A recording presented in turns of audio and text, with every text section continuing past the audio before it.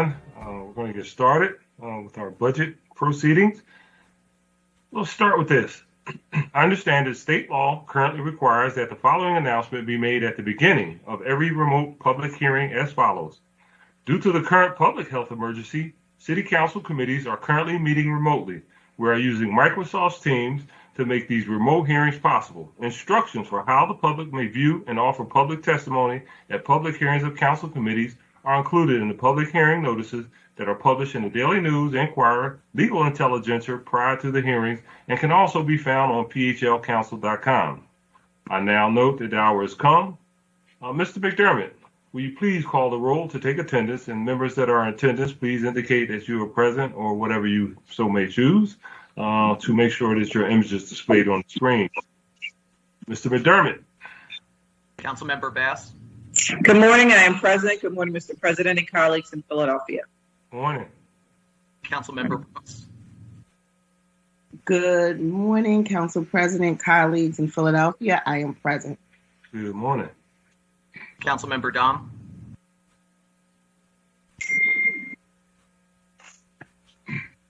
Councilmember Gautier. Good morning, Council President. Good morning, colleagues in Philadelphia. Present. Good morning. Councilmember Gilmore Richardson. Good morning, Council President. Good morning, colleagues, and good morning, Philadelphia. Good morning. Councilmember Green. Good morning, Council President. Good morning, colleagues. Good morning, Council staff. Good morning to the city of brotherly love and sisterly effectiveness. Councilmember Gibb. Good morning, Council President. Good morning, colleagues. I am present. Good morning. Councilmember Heaton. Good morning, Council President, and good morning, colleagues. Good morning. Councilmember Johnson. Councilmember Jones. Councilmember Jones will be with you shortly. Good morning. Councilmember O'Neill. Councilmember O. Good morning, Council President. Good morning, colleagues. I'm present. Good morning. Councilmember Parker. Good morning, Mr. President. Mr. President, I won't have access to my camera today, but I want you to know I'm on. Good morning, Councilwoman. Councilmember Quinones Sanchez. Councilmember Squilla.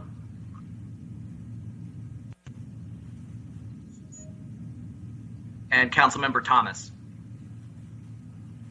Good morning, Council President. Good morning, colleagues. Good morning to the listening public. I'm present. Good morning. I see Councilman Jones is there. Good morning, Mr. President. Ready to go. Good morning, sir.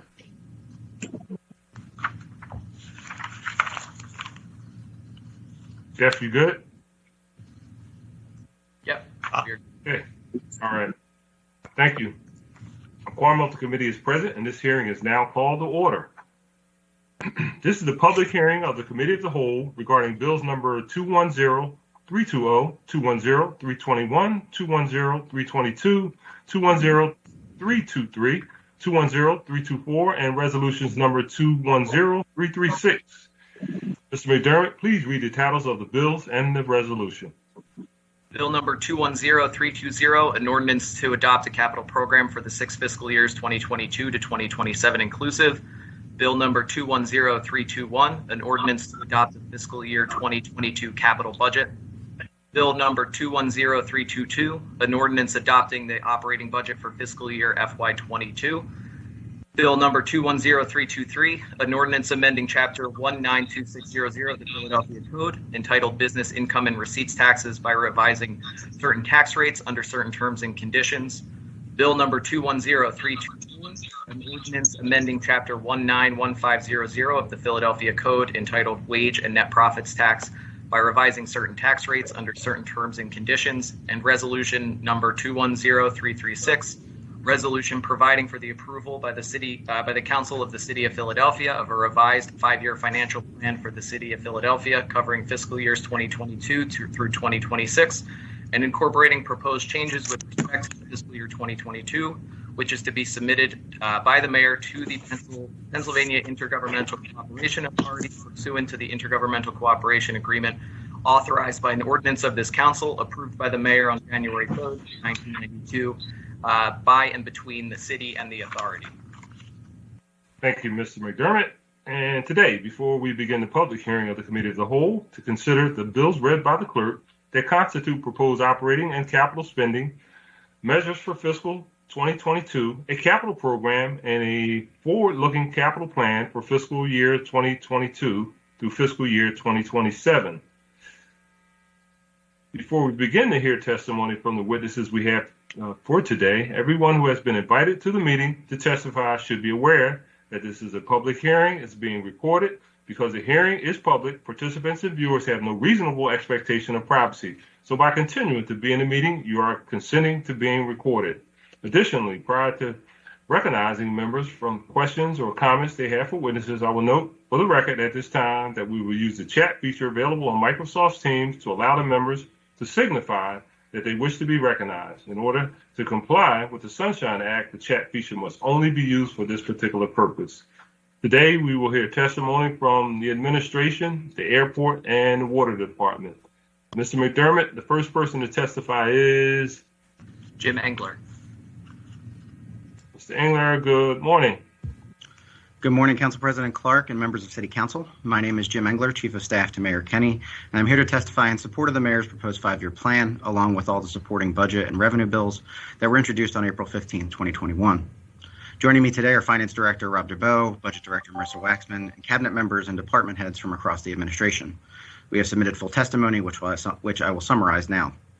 The FY2022 through 26 5-year plan builds upon what we learned during the last tumultuous year while continuing to work towards a vision for true and lasting equity to ensure quality education for all, health equity for all, a safer, more just Philadelphia, an inclusive economy and thriving neighborhoods, and a diverse, efficient, and effective government.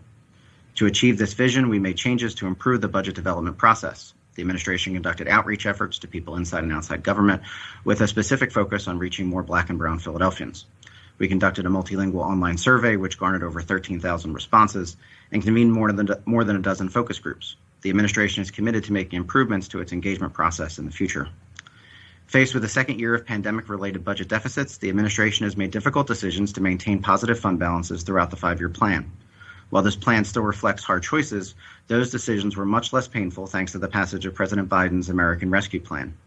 The Rescue Plan provides $1.4 billion in funding to the city, with all funds needed to be spent by December 2024.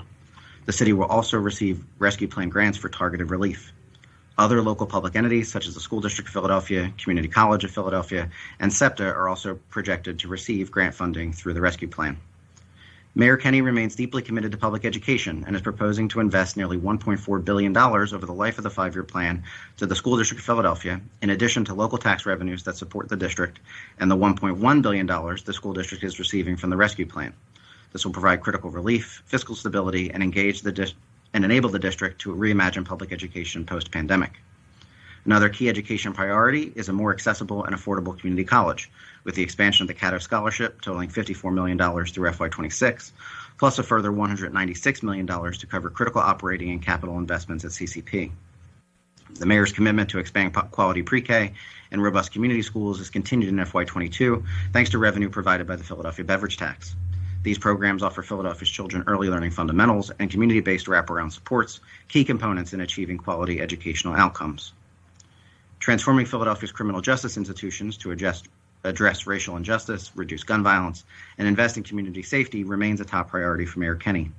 In FY22, the investments in anti-violence programs will more than double, with roughly $18 million more invested in new and expanded initiatives targeted at residents most vulnerable of committing or being a victim of violence.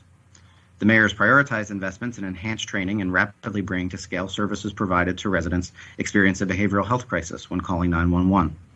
The Managing Director's Office and Department of Behavioral Health and Intellectual Disability will receive funding for a package of measures that safely support people in crisis, including $13.2 million for 24/7 citywide 911 triage and alternative response, and $750,000 for expanded training for police officers. In partnership with City Council, the administration will launch the new Citizens Police Oversight Commission to restore public confidence, review citizen complaints, and create better police community interactions. We will invest in evidence-based gun violence reduction interventions supported by assessments and evaluations. These include expanded violence prevention programs like group violence intervention and expanded police-assisted diversion. transitional jobs programs to remove barriers for individuals who are most highly impacted by gun violence and connecting them to cognitive behavioral therapy, paid transitional jobs, and support services. Expansion of targeted community investment grants and enhanced community improvements, including graffiti cleanup, vacant lot remediation, clean and seal efforts, and improved lighting and visibility in key neighborhoods. Mayor Kenny seeks to build a thriving city that ensures the health of all communities, eliminates disparities, and safeguards residents from threats that cause disease and injury. In FY22, the Department of Public Health will create a strategy to improve racial equity and health outcomes to address the unacceptably high rates at which Black and Brown Philadelphians suffer from hypertension, diabetes, cancer, asthma, and maternal mortality. Addressing mental health concerns, including those exacerbated by the pandemic, is critical for Philadelphia's recovery. The Department of Behavioral Health and Intellectual Disability will continue to make large investments in Philadelphians' behavioral health with its total budget of $1.5 billion, most of which is federal and state Medicaid funds. The city will continue to advance policies and programs to create cleaner air and water and to reduce our carbon footprint. That includes our commitment to reduce harmful emissions from buildings and transportation by 2025 and net zero emissions by 2050. In FY22, the Office of Sustainability will receive an additional $50,000 to support municipal energy audits. Prior to the pandemic, Philadelphia was experiencing a period of transformative economic growth, contributing to a reduction in the city's poverty and unemployment rates, as well as rising median incomes and a job growth that outpaced the national average. Now, COVID-19 has laid bare Philadelphia's wealth gap and economic inequality for people of color and low-wage workers. To grow wealth in Black and Brown communities, the mayor is committed to building the capacity, capital, and success of Black and Brown businesses and to creating the economic conditions to help Philadelphia emerge as a stronger and more equitable city. Over the life of the plan, the city will invest $55 million in economic stimulus, support largely for commercial corridors and small businesses of color to access capital and grow. To get Philadelphians back to work and into higher paying jobs, the city will invest $3 million in FY22 and $9 million over the next 3 years for workforce development grants aligned with Philadelphia Works to leverage public workforce dollars and scale impact. To spur economic recovery, the 5-year plan proposes no tax or fee increases and includes reductions in both the wage and BERT taxes. Reducing reliance on the vulnerable and burdensome wage tax will be a priority. The plan includes $186 million in wage tax cuts, bringing the wage tax to its lowest level in 50 years. This includes the biggest wage tax cut in more than a decade, with a deeper cut planned for FY22 than had been planned before the pandemic to support economic growth. The BERT reductions will restore the cuts to the level planned for this year prior to the pandemic. Improvements and investments in the quality of life of neighborhoods, commercial corridors, parks, and Center City are critical to making Philadelphia a more attractive and accessible city. In FY22, the city will invest $132 million in its curb ramps, streets, and crosswalks, a $100 million increase that will fund the Streets Department goal of upgrading and repairing over 6,000 ADA ramps and paving 115 miles of streets and crosswalks, ensuring Philadelphia is accessible to all residents and visitors. The Streets Department will receive $62 million over the next 5 years to expand mechanical street sweeping into neighborhoods that experience the highest concentrations of litter, with a focus on neighborhoods of color. These investments will be accompanied by funding to sustain the Taking Care of Business Commercial Corridor Cleaning Initiative. During the COVID-19 pandemic, the city worked hard to maintain safe and open access to its parks, recreation centers, and libraries in accordance with Department of Public Health guidance. Philadelphia Parks and Recreation saw a record number of users as residents and visitors relied on the trails, parks, and playgrounds for recreation, physical exercise, and mental health. And Parks and Recreation expects that to continue in FY22. Over the plan, the department will receive an additional $6.8 million to restore recreation center hours and reopen all pools citywide, and $1 million in capital funding for rebuild projects, in addition to using bond funds supported by the beverage tax. In FY22 through 26, the plan bolsters arts and culture funding after forced cuts in FY21. In FY22, the Cultural Fund will receive an additional $1 million, doubling the fund to $2 million, with a total of $10 million invested over the plan. The city will also fund the African American Museum and Mural Arts Same-Day Pay Color Me Back program and restorative justice programming. The administration will ensure financial stability, accelerate greater efficiency and modernization of services and access in the wake of the global pandemic, further diversify its workforce and contracts, and adopt a racial equity lens across city policies and services. In FY22, the administration will further implement Executive Order 120, which embeds racial equity as an explicit governing principle, a lens all city departments will use to assess how their operations, policies, and procedures impact all Philadelphians, especially people of color. Priorities and reforms will also be informed and shaped by the Pathways to Reform, Transformation, and Reconciliation Committee established in June 2020. The city is also preparing for more innovation and agility in our services, and has set aside $10 million for the Operations Transformation Fund over the next 2 years to redesign city operations and services to efficiently serve businesses and residents. Through these investments and others included in the FY22 budget and the FY22 through 26 five-year plan, we intend to help Philadelphia continue to respond and recover from the COVID-19 pandemic and rebuild a more equitable city for all of our residents. Thank you for the opportunity to testify today, and we look forward to working with all members of council throughout this budget process. All of us here representing the administration are available to answer the questions you may have, including on the Mayor's Office and Department of Labor budgets, for which we have submitted written testimony. I believe next we will have testimony from Eleanor Sharp, Executive Director of the Philadelphia City Planning Commission, on the proposed FY22 capital budget and FY22 through 27 capital program. Thank you, Jim. Good morning, everyone. Good morning. Good morning, Council President Clark and members of City Council, members of the administration, and to all of Philadelphia, especially those of you who have tuned in to watch us this morning. My name is Eleanor Sharp. As Jim mentioned, I'm Executive Director of the Philadelphia City Planning Commission and also Deputy Director in the Department of Planning and Development. Along with my city colleagues, we are here to present for your review and consideration the recommended fiscal year 2022 to 2027 capital program and fiscal year 2022 capital budget. These were approved by the City Planning Commission on April 8th of 2021. The recommended program is a 6-year plan for investing in the city's physical and technology infrastructure, neighborhood and community facilities, city-owned buildings, and specialized vehicles. The recommended budget, which is for the 1 year, reflects the spending appropriation for the first year of the 6-year program.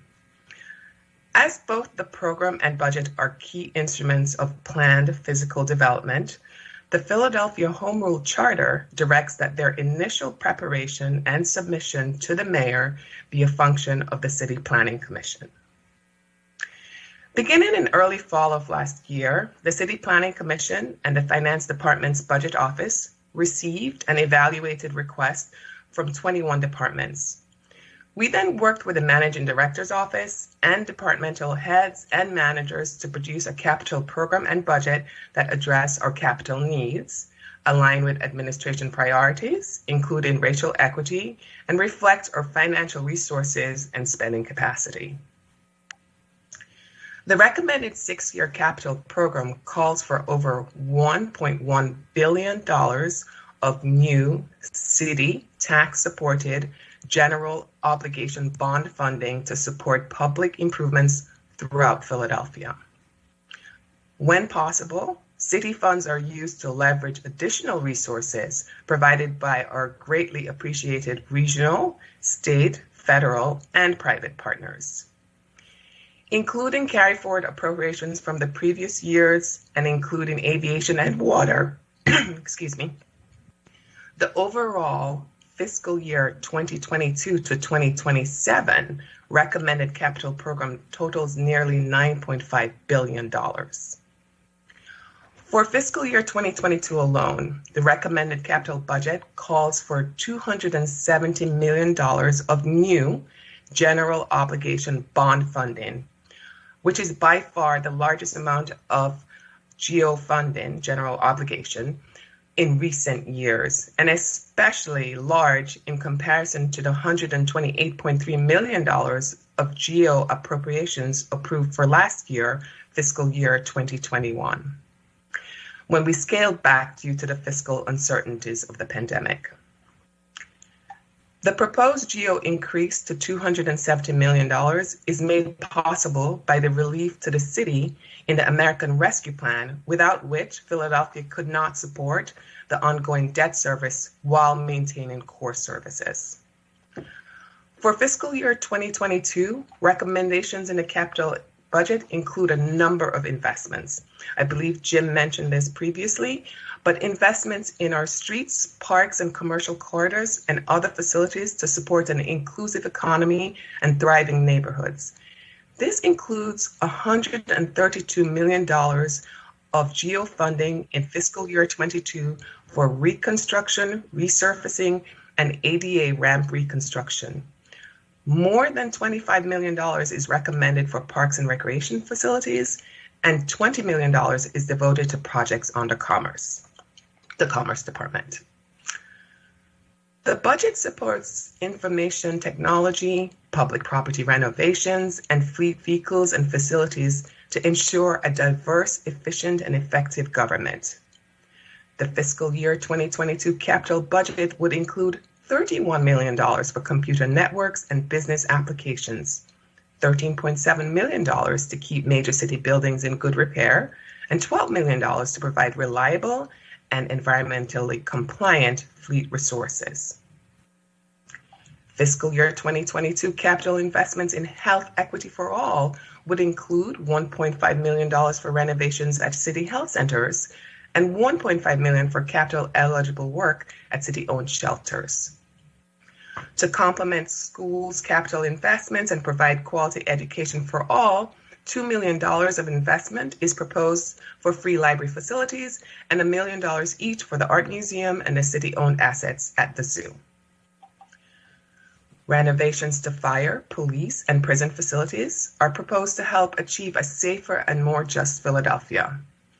The budget includes $5 million in funding for fire stations, $1.2 million for police districts, and $1.1 million for the prisons. We are pleased to propose these investments, but we also know that they do not include all the projects that the departments requested. There remains a lot of documented need.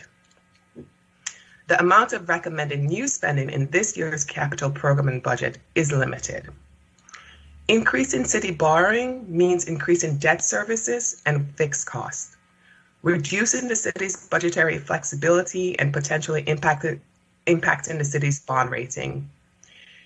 In fiscal year 2023 through fiscal year 2027, city GO funding is recommended to return to roughly $170 million per year. Overall, given our financial constraints and the challenges of the past year, the administration feels the recommended capital program and budget invests in the city's infrastructure to the greatest extent possible. Thank you for the opportunity to testify. We would be happy to address any questions that you may have. As Jim mentioned, please note that city leaders of the city departments are present to assist in answering your questions. Thank you so much. Thank you very much for your testimony. I'm going to ask a couple of questions to start out or kick it off to my colleagues. Mr. England, 5-year plan. We talked about tax reduction strategies and we tinker around the edges on both bird and wage. Is there any thought, I'm sure we think about a lot of things in government, about just doing a significant change in the way we reduce our taxes.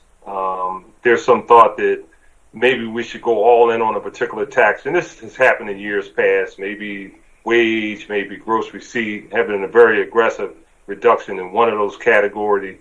So you can actually see some incremental changes in terms of the ability of that particular organization or that business or that person to realize it versus kind of doing a little bit on all aspects of it. And what do you think about that? Was there conversations about let's go all in on wage or let's go all in on bird and just kind of leave everything else alone? Sure. So we have conversations every year looking at the tax structure. Obviously, there's been multiple tax review commissions that have looked at our tax structure. And anytime you're talking about a major reduction in a tax that we know we've been told that we should reduce, whether it's our wage tax or certain aspects of the business tax, there always has to be a makeup of that revenue somewhere.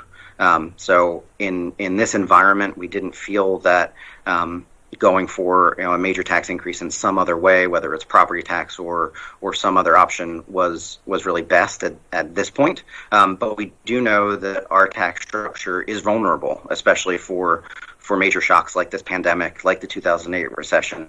Being reliant on wage tax and on our business taxes put us at a disadvantage compared to our peers. Pew did a study that came out, I guess, a few months ago that looked at the major cities and their revenue impacts due to the pandemic, and we were second with revenue impact just after Detroit, and that's because of our reliance on the wage tax. So we tried to take a balanced approach that made the most significant reduction in the wage tax in the past 10 years, bringing the wage tax down to its lowest rate in 50 years, and to also reduce business taxes, but to do it in a way that didn't require us to try and seek revenue measures or revenue increases in other taxes. So would you say the challenge with respect to the wage tax and the city's reliance is based on, to a large degree, particularly as you look at the revenue that is being lost as a result of the pandemic, a significant number of people working outside of the city, therefore we don't capture that revenue based on the non-residential clause. Is there some thought about, or is there some mindset that, we need to have people living in the city of Philadelphia have access and be the ones that are actually in those jobs now? Because if you look at the non-residential wage tax that we've lost because of it's the highest end of the scale in terms of the amount of dollars that people are making on an annual basis. Frankly speaking, I wish everybody that's currently, and I don't, this is all due respect to our friends, I wish that everybody that's currently not paying wage taxes and every job that where people aren't paying wage taxes because they're working remotely, I wish those jobs were for people that lived in the city of Philadelphia. Therefore, they would be working remotely, but they would be working remotely right at the 3rd and Berks, you know what I mean? And we'd be still collecting that revenue. Didn't we be figuring this out? I mean, I know it's not a short-term issue, but at some point, we really have to focus and emphasize people in the city of Philadelphia having access to these higher-paying jobs in the city. Yeah, absolutely, Council President. And I'll let either Marissa, Rob, or Commissioner Breslin from the Revenue Department talk about the direct tax impacts from non-residents. What I'd say to that also is that we know that we need to make Philadelphia a more attractive place to live as well for the residents that are here now, as well as to help us attract residents from elsewhere.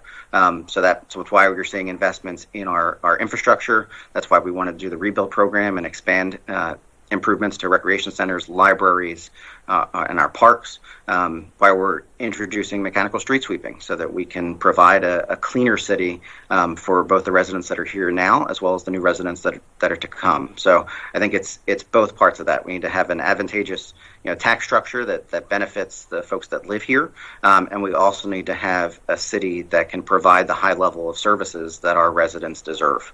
But I don't know, Rob, if you want to speak to the tax implications. Yeah, and thank you, Rob. Before you come on, Rob, I think that one of the things that you didn't reference in your response is we need to prepare people in the city of Philadelphia for those jobs, more so than parks and street sweep and all the other things, which clearly we love. We politicians, right? We love that kind of stuff. But the bottom line is that we got to make sure that these people that live in the city of Philadelphia have an opportunity, and they also are prepared for the jobs. And we need to be aggressive in our approach to ensuring that there's some Philadelphia-based equity for access to those high-paying jobs, so the folks that live here can actually have those jobs. The emphasis on trying to attract people to move into the city, I think, frankly, if we just people that already live here that are underemployed and unemployed, if they had those jobs, we'd be a lot better off. But and the single, I get your perspective. Yeah, and also to that point, Council President, the single largest increase over the mayor's term has been in education, has been in the K-12. The K-12 system in early childhood education, and especially in the last 2 years in the Cato Scholarship through community college. So we are trying to create those avenues for people that live here now, whether it's younger children, whether it's the folks that are in that 18 to 25 bracket, to go to community college, to access those higher paying jobs. That's absolutely a focus of this administration, has been since the beginning. I concur, and I like the fact that I just heard yesterday that we had a graduating class with a group of young folks in the school system that graduated with dual degrees, an associate's degree and a high school degree at the same time. We really need to expand that opportunity. Every child in the city of Philadelphia school district should have that opportunity to come out with an associate degree. So I just want to say for the record, we're going to be looking at that, just trying to figure out a way, because I all due respect, you want to live in the suburbs, That's all fine and well. This is America, but I got to tell you that I really want that job that you currently have. You're working remotely. To go to a person that lives in the city of Philadelphia. Mr. DeBow, you had it. Yeah. So let me get the camera on. So we think looking at the impact of non-residents working remotely, there are long-term and short-term impacts. In the long term, we think about 15% will never come back, that's built into our 5-year plan projections. That's about $100 million a year hit. This year, we're also assuming that there'll be lots of non-residents who are seeking credits against their wage tax. We've seen a lot of that coming in already. I think that'll be about $125 million hit in FY21 and then another $70 million hit in FY22. So really substantial hit to our revenues. Yeah, and I saw the numbers, and that's really concerning. So just for the record, we were really, and I know you all feel the same way, that we really have to get folks here in some of these higher paying jobs. And not to suggest that we're looking forward to another pandemic, but if some other challenge happens, we'll be prepared. We won't be losing that kind of revenue simply because somebody moved across the city line. Let me ask you one quick, to a degree, related to our structure. And this is kind of you and Robin and Jim. Our city recovery plan dollars, to a large degree, when we understand we have a significant number of budget holes that through no fault of our own happened. We kind of plugged the holes, but we did it in the 5-year plan process. Is there any thought that we have more investment up front to hopefully stimulate the economy, as opposed to stretching out over a 5-year plan? As you know, we in City Council, we don't ever pass the 5-year plan. That's the administration's thing. We act like somehow that's not our responsibility. But the question about investing a lot more money up front to hopefully stimulate a more aggressive process as it relates to creating more revenues. What was the conversation about that versus laying out funding over a 5-year plan strategy? So there was a lot of discussion about that. Our concern with spending the money up front is that looking at the numbers in our 5-year plan, we felt we'd start to have deficits, and then we'd have to make cuts to our budget that would counteract any kind of stimulative impact of investing all that money up front. You make cuts to your budgets in the 5-year plan? Yeah. But you're the finance director. You can project that revenues will be much higher. And I can, but my understanding is that if you say that 3 years out, that we're going to have much more revenue as a result of a stimulated economy, nobody can question that. Am I right? No. We have the whole PICA process that was set up because wage tax or tax revenues in general were projected overly optimistically decades ago, and that led to a fiscal crisis. So that's what got us PICA. All right. Okay. One last question. I know I'm going way beyond my time. Other than the earned income tax credit, Councilman Dom's favorite subject, they're apparently in moving forward. There are a number of other support mechanisms put in place by the American Rescue Plan and possibly some others with tax credits, child tax credits, family tax credit, all those things. And I want to thank you all for working with us on your team and working with the Poverty Committee along with Councilwoman Fiona Sanchez. Are we looking at ramping up those efforts to ensure that our citizens take full advantage of those particular opportunities relating to tax credits and other dollars that frankly are there for the taking and that we too frequently leave on the table? Yes, absolutely. I'll let Marissa speak to the specific investment in the current budget, but that is a major focus of our efforts, is to try and get people to file their tax returns so they're able to access the child tax credit, the enhanced earned income tax credit, and also to lobby our federal representatives to make those tax credits permanent or to expand them, at least as the president has the American Families Plan that he announced last week. And then working, of course, alongside the United Way and the Poverty Action Fund to advance that. But Marissa, do you want to talk about the investment in FY22? Sure. Hi, Marissa Waxman, Budget Director.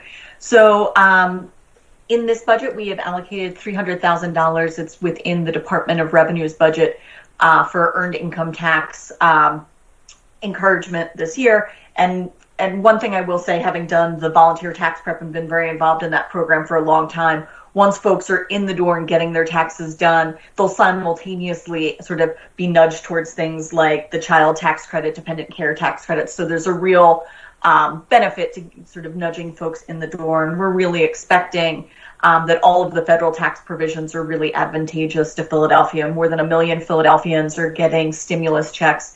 We expect that most Philadelphia children will be eligible for the expanded child tax credit. So I think that the Department of Revenue and some of the other agencies in the past that have been engaged in the EITC are right now trying to figure out, what can we do this tax season, and also how do we plan for next tax season. We're looking at as many different streams, because that has always been work that has had a number of really great partners and funding streams, and so we're putting in a piece here.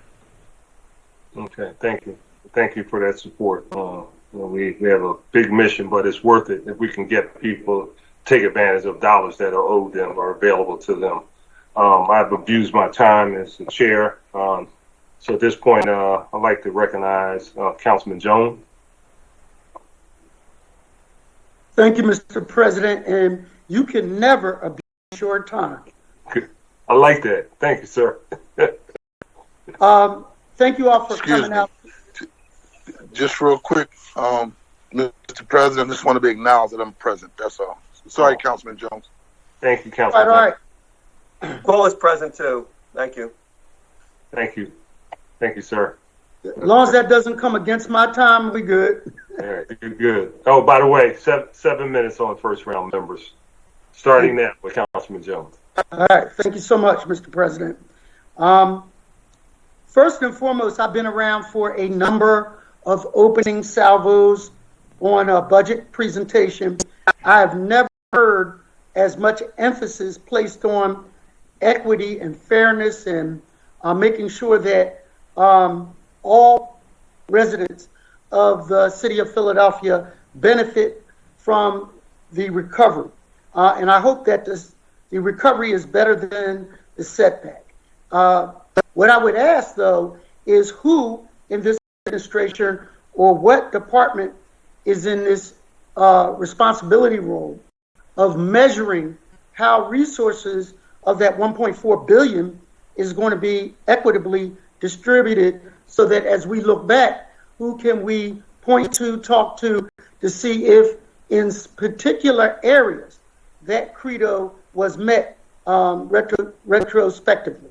And I raised that when the president and I were on one call, and we were talking about the wonderful good news that is coming from the Biden-Harris administration, and we were talking about economic development. And when we started to listen closely, and it was in reference to the Navy Yard, that good news was coming to the Navy Yard in South Philly, but not so much to places like Parkside, American Street, Huntington Park. And it almost felt like in the recovery, the rich were getting richer. And how was that going to be spread among the entire city? I could point out SEPTA. There is a difference between the clothespin and the suburban station, and how things are received by way of safety, by way of cleanliness. Who in this administration is going to be responsible for that equitable distribution of resources? Thanks, Councilman. So when it comes to the federal resources that are coming to the city, we've developed a recovery office and a recovery steering committee that's housed in the finance department and consists of leaders from across the administration as well as outside entities. City Council has a seat at the table as part of that steering committee, and they'll be overseeing the expenditure of those federal dollars that are coming into the city in the same way they did for coronavirus. With our federal partners to try and prioritize equitable projects in both the earmarks project process as well as in the general funding bill that we expect Congress will take up this spring. So I think it's really an administration-wide effort that'll be led with the tracking of the dollars through the Recovery Office. And Rob DeBow, I don't know if there's anything that you want to add there, or Sarah DeWolf, the head of our Recovery Office, can speak to. No, nothing really, other than that we are working on developing measures to make sure that we do track the equitable distribution of funds and look at their effectiveness. So I was encouraged by the fact that you're placing emphasis on our commercial corridors, that we appreciate a thriving, bustling downtown, but when members who live in my district go to get bread, butter, eggs, cheese, whatever essentials, they usually do it first on a commercial corridor. So we're glad to see that priority is being given to that. When I look at assets in my district, and I'm encouraged by, for example, what capital programs we're putting into the Mann Music Center. But I also want to know that the Dell is also being considered. That's that equity lens that I talk about. And we know the setback due to COVID, but we want the recovery to be as robust in various institutions that are perceived very differently by populations within the city of Philadelphia. Can you tell me what's going on at the Dell? Sure, I'll ask Marissa to speak about the capital improvements at the Dell. So yes, I'm going to take me a moment just to click through and get the right information, but we do think it is important to simultaneously fund both the Mann and the Dell, and so we've been able to find funds for both of those, both through the usual capital budget process as well as through mayoral ITEF, and I'm happy to follow up with you with the exact dollar amounts. Thank you. Marissa, I can speak to that if you'd like. Oh, yes. Thank you very much. Our Deputy Budget Director for Capital, Paylin Chen. Hi, Councilman. The Dell will be getting funding in fiscal 22. Yes, $305,000. Okay, that's a good start. Finally, a lot of members on this council risked getting their face put on milk cartons due to the beverage tax. We understand, yes, right. We understand that the pandemic slowed production of renovations within and quite frankly, ribbon cuttings. Can someone give me a sense of how we're going to catch up post-pandemic with those capital improvements? And is there still a capital backlog of 10 years or more? So, Councilman, I can tell you there's no one that's in my ear more about ribbon cuttings for rebuild than the mayor. So I can promise you that those are coming. And I'll let Kira Strong, the head of our rebuild office, talk about that project, and then Marissa to talk through other capital questions.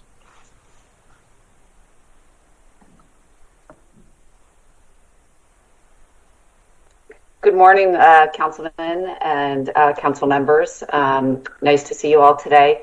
Councilman Jones, I think as you're aware, you know that our staff and team and colleagues among our nonprofit partners are all dedicated to making sure projects move and move efficiently and quickly while still ensuring a deep dive on community engagement with the constituents that we're serving at the sites we're working on, in addition to really making sure that we are including diverse businesses in the work that Rebuild is doing. And I'm happy to answer you. All right. Okay. I stay in contact with you. I wanted to get some of that on the record for some of my colleagues. And finally, how one measure of the recovery is people utilizing our international and national airport. Where are we on people coming and actually flying again?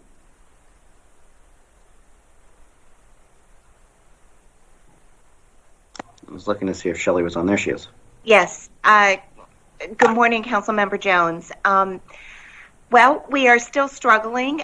Things are looking up during the spring and into the summer, but until business travel and international travel return fully, it's going to continue to be a challenge. When we look at our numbers for calendar year 2020, we were down by almost 64% as compared to 2019.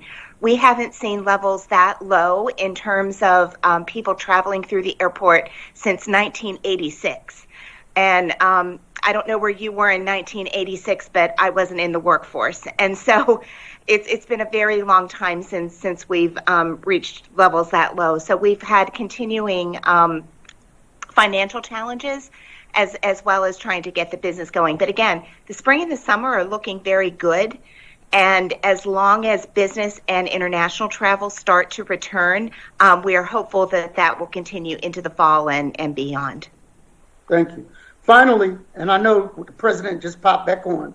Finally, I am thankful for what the city has done to incorporate a school to jobs pipeline instead of a school to prison pipeline.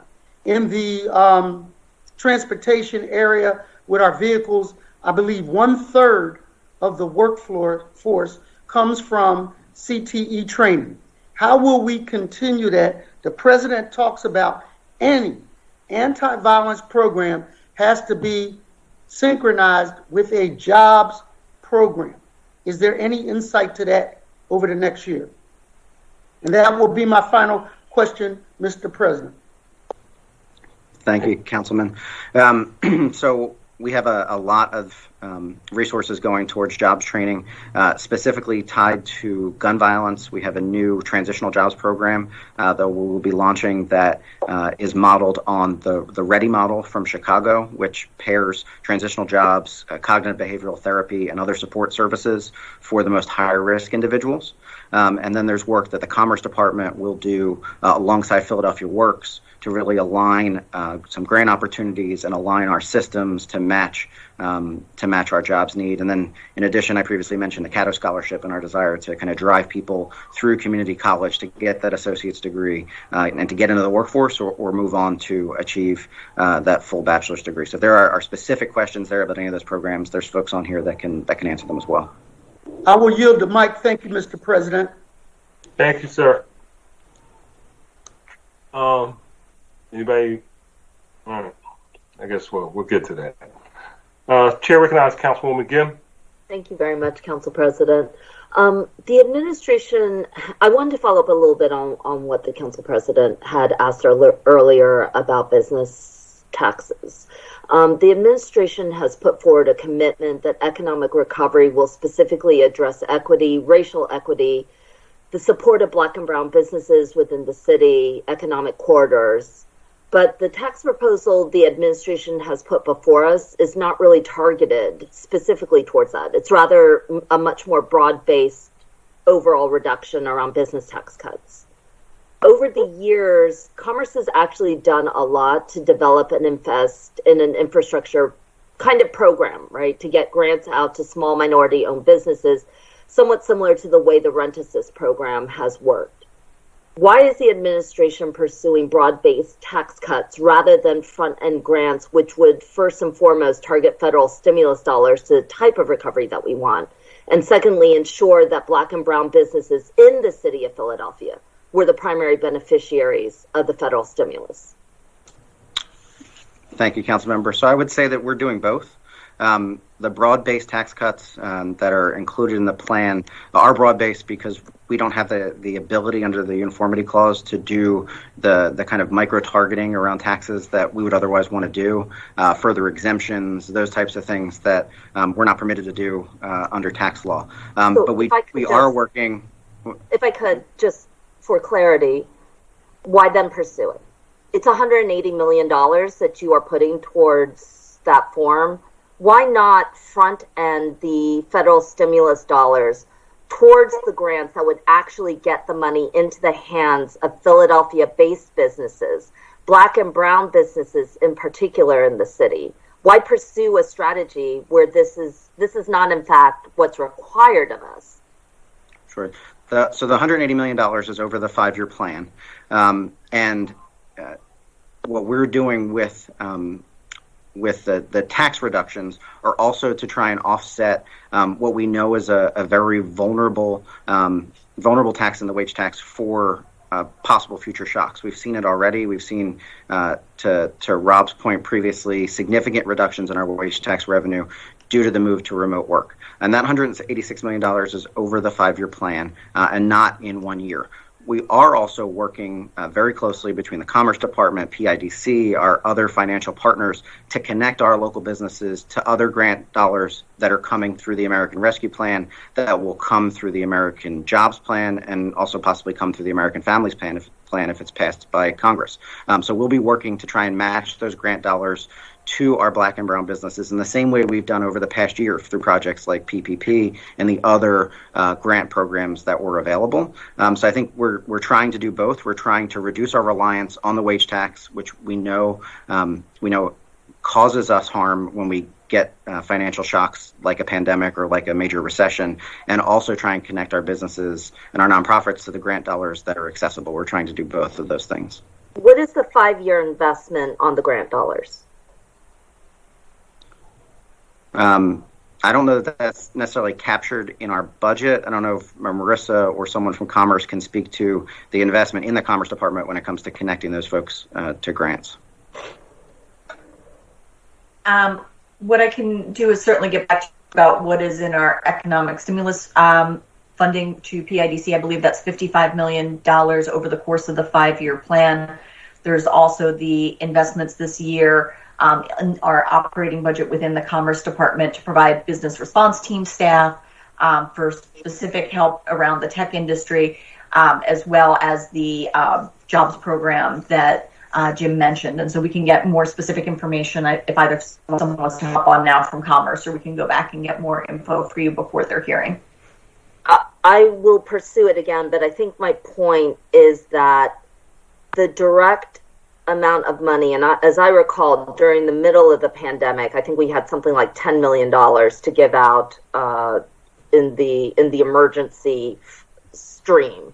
But it is a fraction of the amount that's being pursued on the broad-based business tax cuts. I have concerns that we would be better off using this money and pursuing a much more moderated strategy around the wage tax reductions, and front-ending a lot of support to get the stimulus going in our neighborhoods for Black and brown businesses, and specifically to address equity and racial equity that will stimulate job growth here in the city of Philadelphia rather than the broad-based tax cuts. My second question is about the wage taxes. What would the average homeowner see as? I have a point of information for Councilman McGinn. Chair recognizes Councilman Green. Yes, thank you, Councilmember Gim. The actual amount of money from the city's small business loan and grant fund was $4.1 million. A significant amount of that money came from the $85 million that City Council did through our transfer ordinance, plus some private dollars that was raised, and also some money that was put in through Commerce and PIDC. Thank you so much, Councilmember Green. I think you reinforced the comment that this is a fraction of the money, and our businesses absolutely need a front-end investment right now, and I do not understand the pursuit of broad-based tax cuts at this level, as opposed to seeing a significant boost in a real stimulus towards business growth that is inside the city, and that speaks to our belief that an economic recovery must be rooted in equity and racial equity in particular. My second question is on the wage tax cuts. What would the average taxpayer, based on median income in the city, see as a change in their paycheck? I'll defer to Rob or Marissa if they have that information. I don't have it on the tip of my fingers, but we can certainly do that calculation based on the median income in the city and the change in the wage tax rate. We can do both resident and non-resident. Why don't you just do, you don't know it right now for resident? Yeah, can you get that information back to us before this hearing is over? I mean, I would think that information should be ready. Yeah, If you let me pause for like 3.5 minutes, I can do the calcs, but doing them in my head would be disastrous. Yes, I know you could do them very quickly, Marissa. That would be really helpul. I'd like to know what the average, based on median income, what would the average tax earner in Philadelphia see in their paycheck? And then my last question, Council President, is on eviction prevention. PEP not many things went well in 2020. But one area that we were effective on has been around eviction prevention. In a city that ranked 4th in the nation in terms of evictions, we moved from 20,000 evictions a year to under 5,000 in 2020. And we largely prevented poverty-based evictions in this city of Philadelphia. Moving forward, we have a chance to significantly reduce, if not end, poverty-based evictions permanently. But year after year since 2017, we've had to scramble to get together funding with the Eviction Prevention Project. Right to Counsel is not supported, even though it was passed in 2019. What is the administration's proposal for the coming year and across the 5-year plan to see a significant investment in these programs, in things that actually work, that prevent poverty, rather than scrambling for funding year to year? And that'll be my last question, Council President. Thank you, Councilwoman.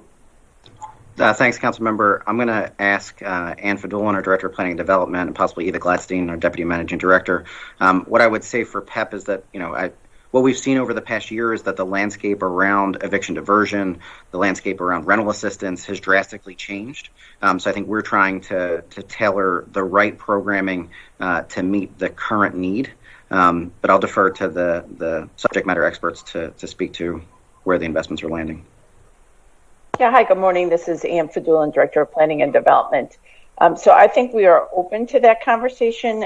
As you know, we've dedicated a significant amount of dollars, both from our local funds and also our federal funds, and also money we got from the state to rent assist. And we still believe that that is the appropriate intervention, as far as we know that most renters are potentially evicted due to the inability to pay their rent. So we are trying to get as much rent assistance into the hands of renters as possible.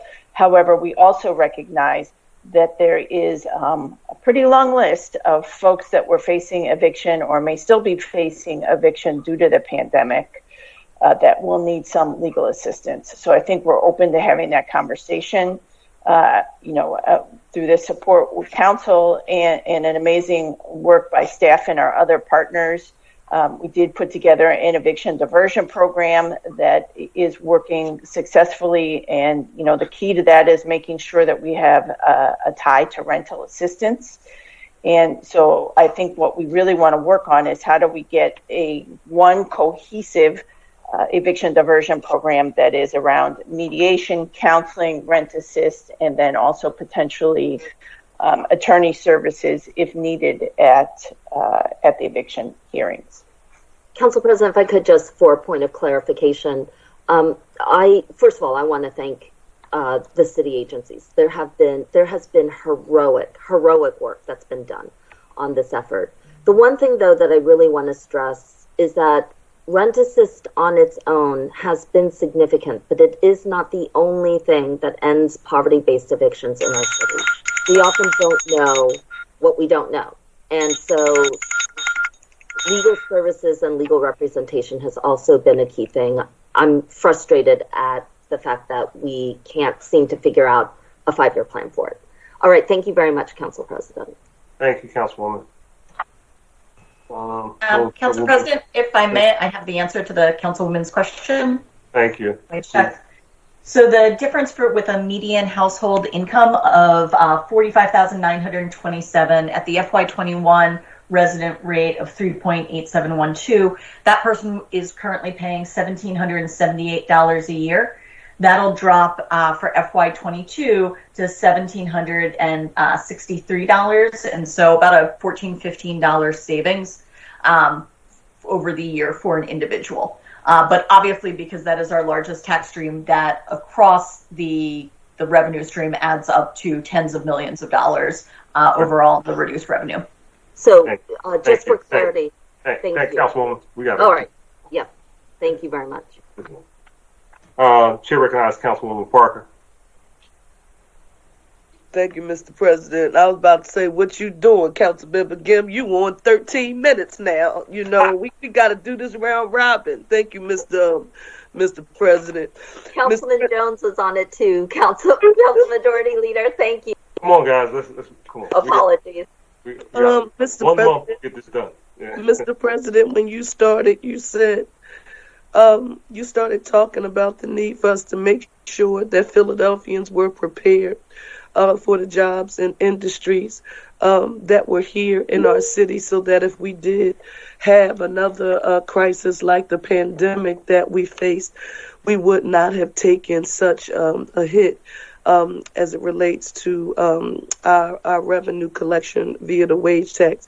And I want to echo those concerns and just note for the record that we should be unapologetic about being pro-Philadelphian and pro-worker for our residents who are underemployed and unemployed, very much similar to the way President Biden has been unapologetic about being pro-American in the promotion of his blue-collar blueprint strategy and support for union workers.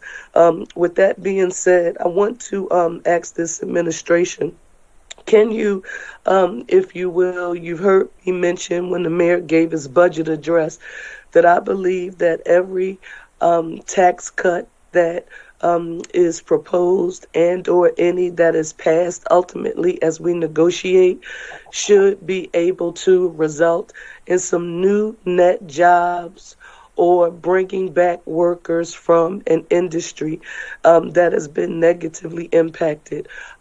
With that being said, I was excited to read the article about Center City receiving more volume as the more people get vaccinated, because we want our restaurants and our other eateries and other businesses thriving in town. But I want you to talk, if you will, about how Philadelphia has suffered in its parking tax revenue. What was the parking tax pre-pandemic, the revenue that we collected, and what have we collected during last fiscal year? And where are we now? Marissa, do you have those numbers handy? As I get the actual numbers, I can give a little bit of the narrative, which is that obviously this has been one of our most impacted taxes, I believe going down as much as 57%. That's in part because some of the largest drivers of the parking tax are first our airport, and Shelley Cameron's already been on talking about the impact of volumes at the airport. Second big driver are the stadiums, and so as we've not had professional sporting events, the concerts, everything like that, that has driven it down as well. And then with the work from home, that has also meant, particularly within Center City, University City has fared a bit better. And so that's what's been impacting our parking tax generally. Our 5-year plan does show the parking tax eventually getting back to where it was, but not until I believe FY23 or 24. With that being said, Marissa, if you can, when you get access to that data, please just put that on the record for us. If we are trying to restore consumer confidence and encourage people to come back into our city, we must recognize and pay attention to the reports that we are receiving from our mass transportation agencies relative to the public safety, and they're trying to encourage folks in our region that mass transit is safe, while folks are many still concerned and about cleanliness and overall public safety. That means more folks are driving. And I think it makes good economic sense.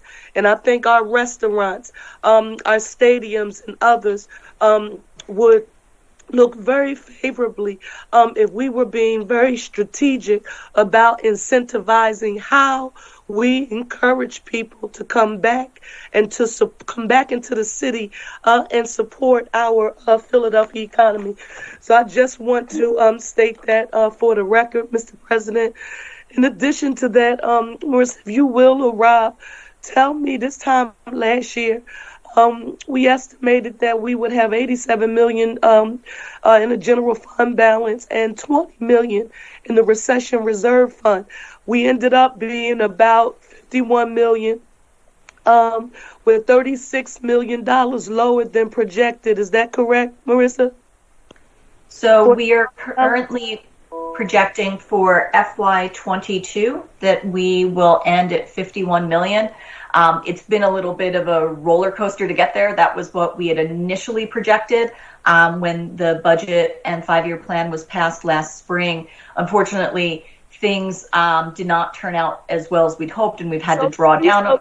So you're answering my question, I think, before I asked, and my follow-up question was, because those revenues came in lower than expected, or the expenditures came in higher than expected, what's your rationale for that? Why those numbers? Was it because we spent more, or the revenue came in less than we expected? So unfortunately, the answer is yes. A number of the tax types, we did have to lower our projections as we saw how they came in over the course of the year, dial those back, our wage tax, and some of the others. So we had to take those revenue projections down. But also over the course of the year, we had some unexpected expenses. As with the pandemic and the work from home, we had more folks at home, and that led to a higher volume of trash. We, during one of the early mid-years, council had to approve an additional $8 million just for our waste disposal fees to handle all of that additional cost. And so there were areas where we had... Marissa, with that being said, did we have to end up dipping into our $20 million recession reserve fund? We not only are planning to use up the recession and reopening reserve, we also this year will start drawing down those American Rescue Plan dollars, those that came from the Biden administration. So we're going to start tapping into them now, as well as spend down our recession and reopening reserve so that we can maintain a decent fund balance. Now listen, when we start talking about that American Rescue Program funds, one of the things, and I hope you can hear me, one of the things that people, forgot about last year when we were looking at that $749 million budget gap, and we were hoping for help from the previous administration, some revenue came, but the strings attached to it were so confining. What would you say are any of the limitations that we will learn about as rules and regs come down relative to this funding? So I can jump in on that. So we have not seen any of those guidelines yet. The Fed gave 60 days for those guidelines to come out, and that gives them until the 11th of May. We're hoping that they really want us to spend this money, so those guidelines are relatively loose, but we will see what they look like and see whether they, what they mean for what we've proposed. Let me ask you this. I know that I just have some general questions about our borrowing capacity. Most of our capital programs are funded by us issuing bonds. Is that correct? That's correct. Now, when we moved to AVI, our borrowing capacity expanded greatly, would you say? Yeah, so there are two ways we look at our borrowing capacity. One is the constitutional debt limit, which is tied to our assessed value. And as our assessed value goes up, our borrowing capacity under that measure goes up. And because we went from a system where we were basing our assessments on a fraction of the actual value of properties to one where we're basing it on the full value, that borrowing capacity went up dramatically.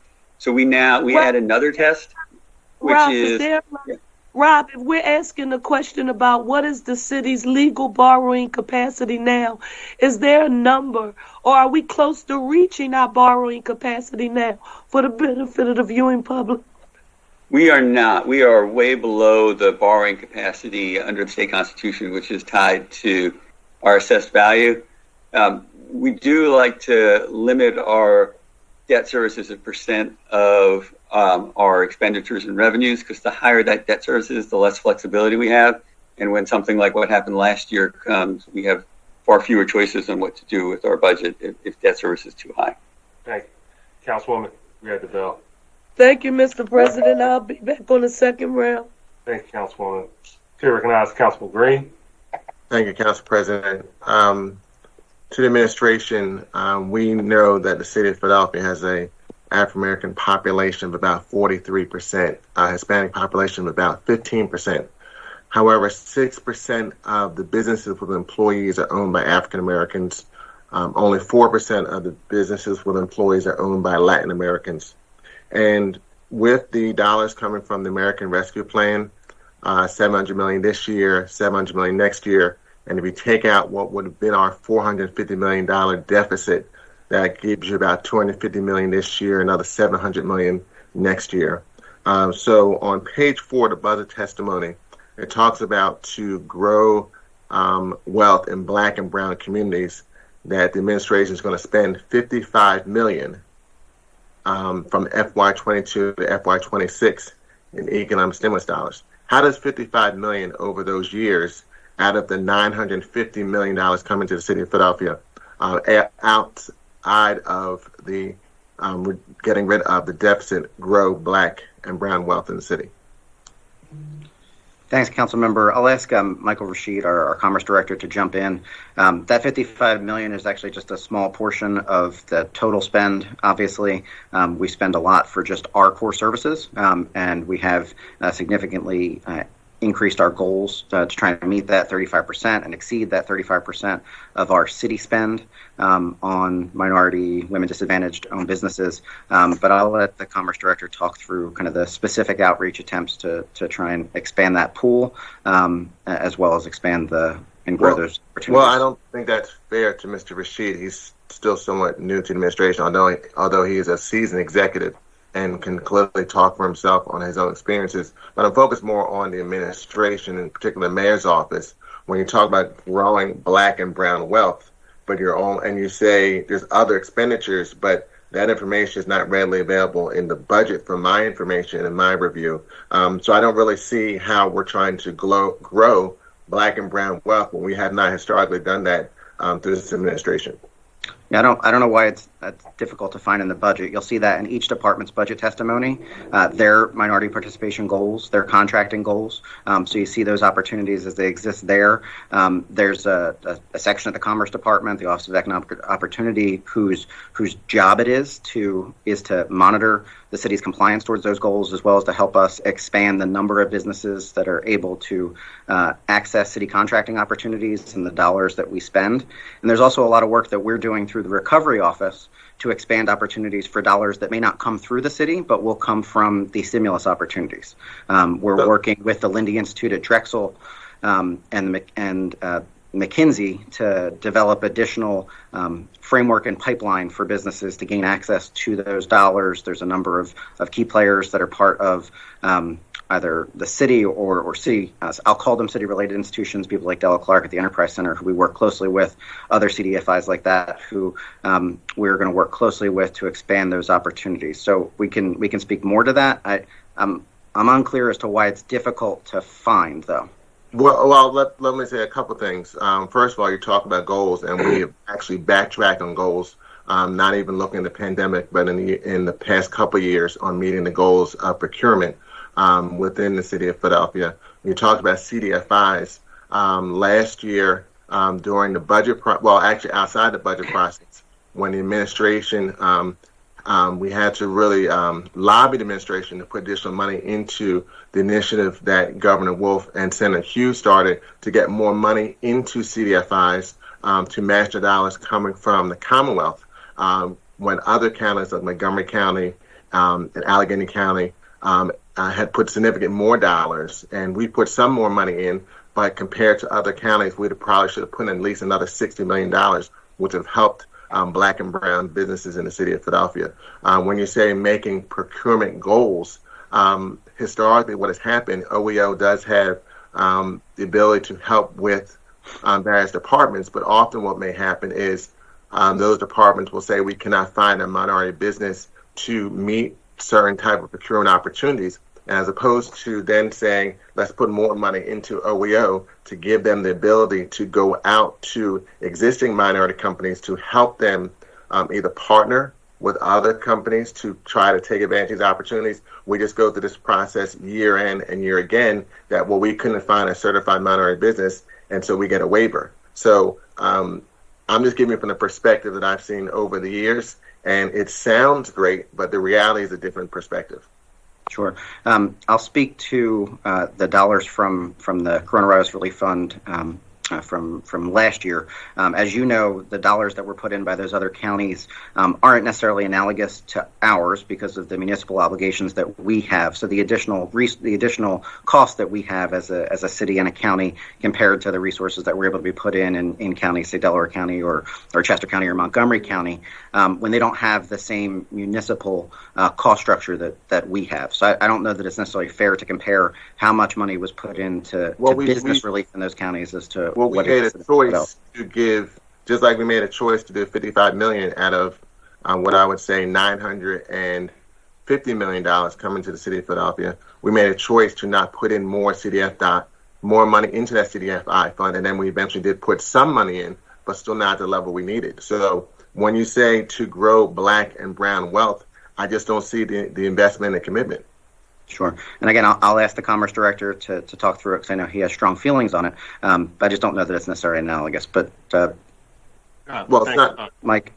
I'm sorry. I'll just be brief, and I know hopefully I have a little bit of time tomorrow to talk more about this. But the money that the administration is putting into economic development, Councilman, obviously we would like to have more, but we really see the opportunity in spurring the Black and brown economy to be in the private sector. Unlike in prior years, we now have a situation, and it was brought on by bad circumstances, but we now have a situation where numerous private sector companies are stepping up to the plate. Comcast with $10 billion, JP Morgan Chase with $30 billion, our banks in Philly with $100 million. Well, they're saying they're going to spend money with Black and brown businesses. Quite frankly, we're skeptical that those commitments are going to be carried through. However, we think that we have the capability in the Commerce Department to bring those folks to the table and help those people with supply chain programs and policies that will be effective. There are some in Philadelphia that are working right now, and I'm happy to talk about them tomorrow. And what we want to do is expand on those programs and take it to these private sector companies. We've already started that process.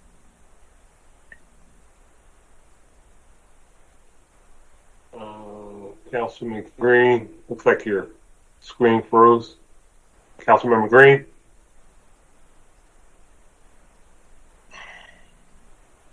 Okay. Looks like we have a little bit of a challenge with Councilmember Green's feed. So, okay. We'll come back. All right. Thank you. Thank you, Mr. Rashid. I'm sure there'll be some follow-up to that, so we'll get back to that a little later. Thank you. Chair recognizes Councilwoman Brooke.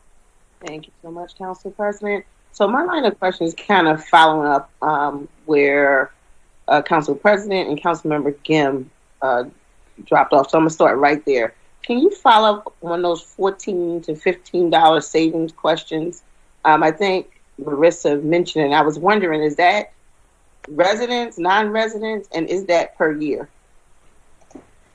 Yes, that was the resident rate annually. So it is, a fairly small dollar amount. Generally, the philosophy around the wage is not so much about the individual impact, but the fact that that will create more economic opportunity and more jobs overall. That for at least the past 20 years I've been doing this, those have been cited, the wage tax and the BERT have been cited as some of the biggest barriers to job creation in the city. But yeah, those are annual figures for residents. Okay.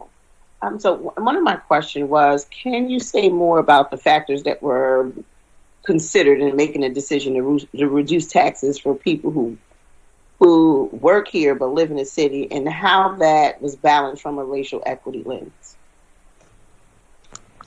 Sure. So we thought through a couple of different things.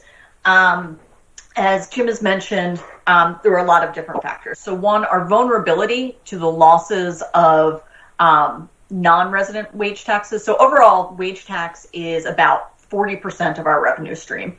Commuters are about 40% of the wage tax. And our reliance upon them makes us really vulnerable. So for that, and because that is the section of our entire tax structure that economists have long said are the biggest barrier to the creation of jobs here, we made a decision to proceed with the non-resident cuts.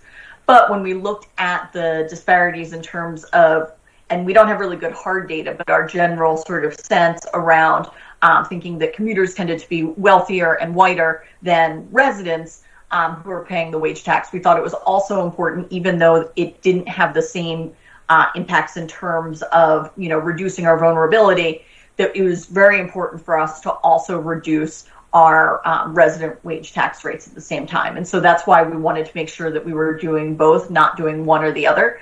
So they were driven by different reasons, one of which was equity more on the residential side and our economic vulnerability on the non-resident side. Okay, because I'm asking because this decision seems to shift tax burdens from suburbanites to city residents. And I was wondering, how does that sit with the administration's stated concerns around racial equity? So that's why that question. Yeah, I think if we thought we would be able to do that and that they would keep paying, then that would have made that more of a choice. But as we've seen that erosion, we've worked with the city's economist, as well as PICA convened a group of economists at the Federal Reserve, letting us sort of look forward and anticipate that 15% of those commuters will never come back, and that the choices we make in the tax code can also then have some impact on, shifting that at the margins. That's where the concern is, not if we thought the opportunity was there, quite frankly, for folks outside the city to pay a bigger chunk without it undermining overall revenue collections and economic activity in the city, that would have been a much, something we looked at a lot harder. So how are we planning to make up this lost revenue over the next 5 years? And are there plans to increase the revenue using other taxing structures? So the 5-year plan does not include any rate increases in terms of fees or in terms of taxes. What this is what we work with IHS Markit with, is understanding as we bring the rates down, as the recovery comes through, does the base grow enough that there is enough growth without raising the rates that we'll see enough revenues to, one, over time backfill once we're no longer able to have those ARP dollars. Those are going to help us in the early year of the plan. They'll dip down, and even by the last year of the plan, they have to be spent. So what we're hoping is that we can get the economy going enough that the tax base is growing, that we're generating more and more revenues without the need to increase rates. Okay. And then I have a question about ARP money. So it seems like we're using the ARP funding to offset lost revenue of some of these taxes. And the federal government has forbidden states from using ARP dollars to offset tax cuts. Do we have any clarity or assurance that the same rules don't apply to municipalities? So that, you're right, that does apply to states. And they made a specific point of applying it to states. We also think that we have enough other lost revenue and increases in spending in other places that we can show the feds that we're using our $1.4 million for things other than those tax reductions. Because I'm asking because during the pandemic, the city was cautious about these types of services that were being funded and were quick to pull back those services when it was unclear that the city would be refunded through the CARES Act funding. And I'm thinking specifically around the Office of Homeless Services and the approach to the COVID hotels. So why is it that the administration feels comfortable now without any real regulatory clarity when just months ago we were hesitant in the ways that end up displacing many vulnerable residents? Yeah, as I said, I think we'll be able to demonstrate to the feds that we're using the $1.4 billion for things other than tax reductions, that we have enough other lost revenue and enough other increased expenditures related to the pandemic that we'll be able to demonstrate that. And the rescue plan dollars are also much more flexible than the dollars that were passed in 2020, whether it's coronavirus relief funds or FEMA reimbursement dollars. It's much more flexible in the way that they can be expended and how we can use it, specifically for lost revenue. That's an area that we did not have relief last year from the federal packages, and we do now through the rescue plan. Okay, thank you. My next questions are for, I think, Ms. Sharp. The budget documents reflect that in FY22, 132 million of the general obligation funds will go to reconstruction, resurfacing, and ADA ramp reconstruction. What kinds of repairs are included under ADA ramp reconstruction?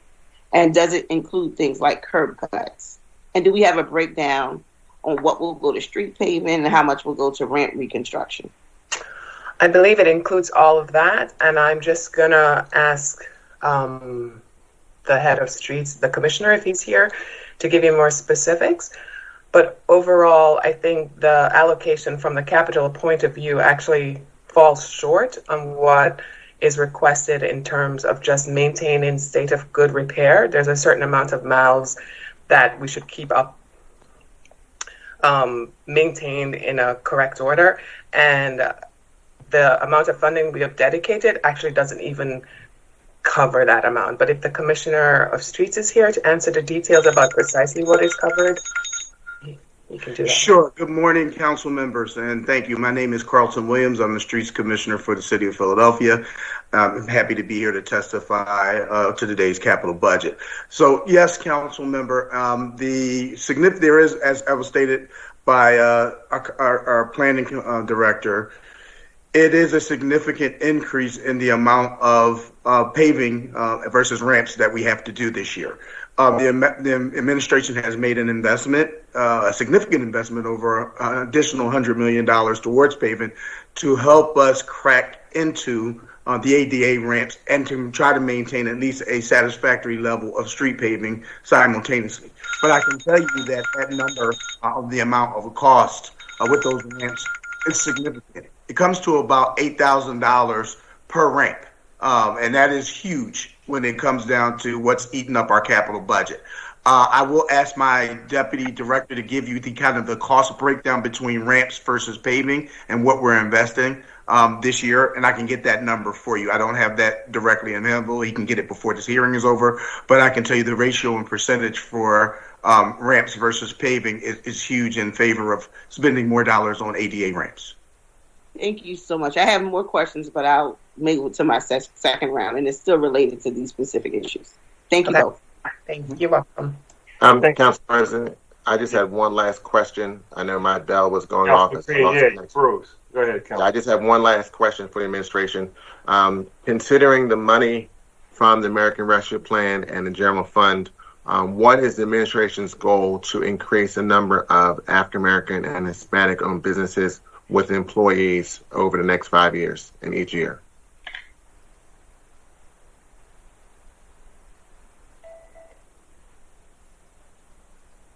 Hello, Jim. Sorry, I was having issue getting my camera on. So I'll defer again to the Commerce Director if there's a specific number. I'm not sure that we have a specific number per year, number of businesses or number of employees that we are looking to expand. To answer your question directly, we can follow up. So Mr. Engler, just on this close, I know other colleagues want to talk, but you're talking about, as you said on page 4 of your testimony, to grow Black and brown wealth, and the best creator of wealth is a job and is a business. So from your perspective, there's no measurable number that we're trying to grow Black and brown businesses in the city of Philadelphia over the next 5 years. I don't have the number offhand. Again, we're happy to follow up with you and talk offline. One point of clarification that I wanted to make, just based off of the comments that we discussed earlier, for small business support from federal relief, we actually spent $77.35 million last year on small business relief. I think the number had been floated around at either 10 or 4 million. It was actually 77.3. Well, I won't go into details over that, but over in the past years, has there ever been a goal to grow Black businesses by a certain number through any years of the administration? To my knowledge, there isn't a specific numerical goal. We have the goals as far as percentage of spend for city contracting, but I don't know that we have a specific number of workers or specific number of businesses across the city to see grow. I think we know that number is far too low. It's far too low in relation to our peer cities. It is an area of immediate need for us, and I think that's why you see the focus that the administration is making through both our dollars as well as trying to connect typically disadvantaged businesses to both city dollars as well as other dollars that are out there through these federal programs. Thank you, Council President. I don't think the budget really shows much of a focus, but thank you. Thank you, Councilman. Chair recognizes Councilman O. All right, thank you very much, Council President. Let me make sure my camera turns on. There it is. Okay, thank you very much, Council President. As was alluded to before, the city is receiving $1.4 billion, which is very, very much appreciated. The city was looking at a $750 million debt or deficit, and if that is taken care of with this windfall of money, that leaves $650 million. The use of money, I would think there were two choices. One is to take the current course. The other was to use the money to reopen the city as quickly and as completely as possible, in light of the competitiveness that is ongoing during COVID-19 in the world's economy. Other cities and other countries are rushing, other manufacturers are rushing to take a dominant place in the new world order of economic growth.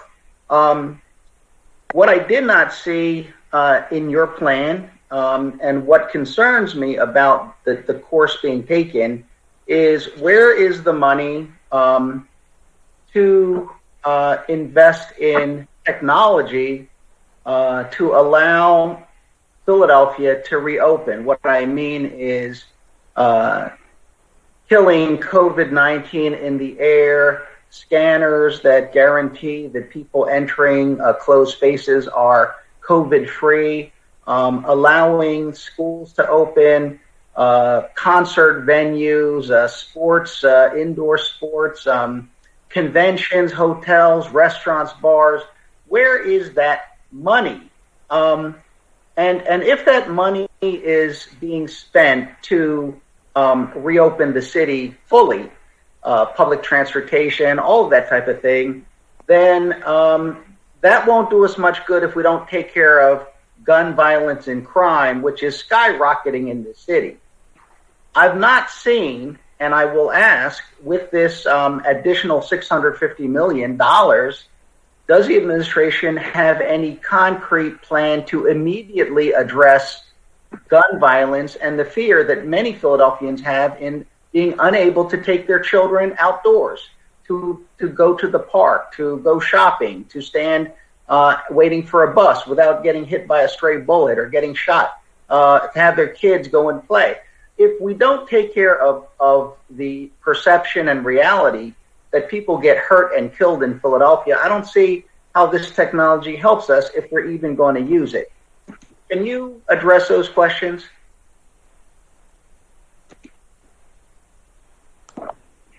Thanks.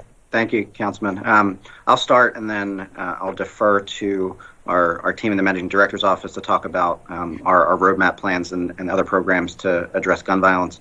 I think to your point, with the American Rescue Plan dollars, we took a specific track of trying to ensure that the city could provide and expand the services that we could provide, and to do so with a balanced budget for 5 years. We're required under state law to present a balanced budget to PICA throughout the 5-year plan. So that's what you're seeing in the budget presentation. As far as dollars for other entities.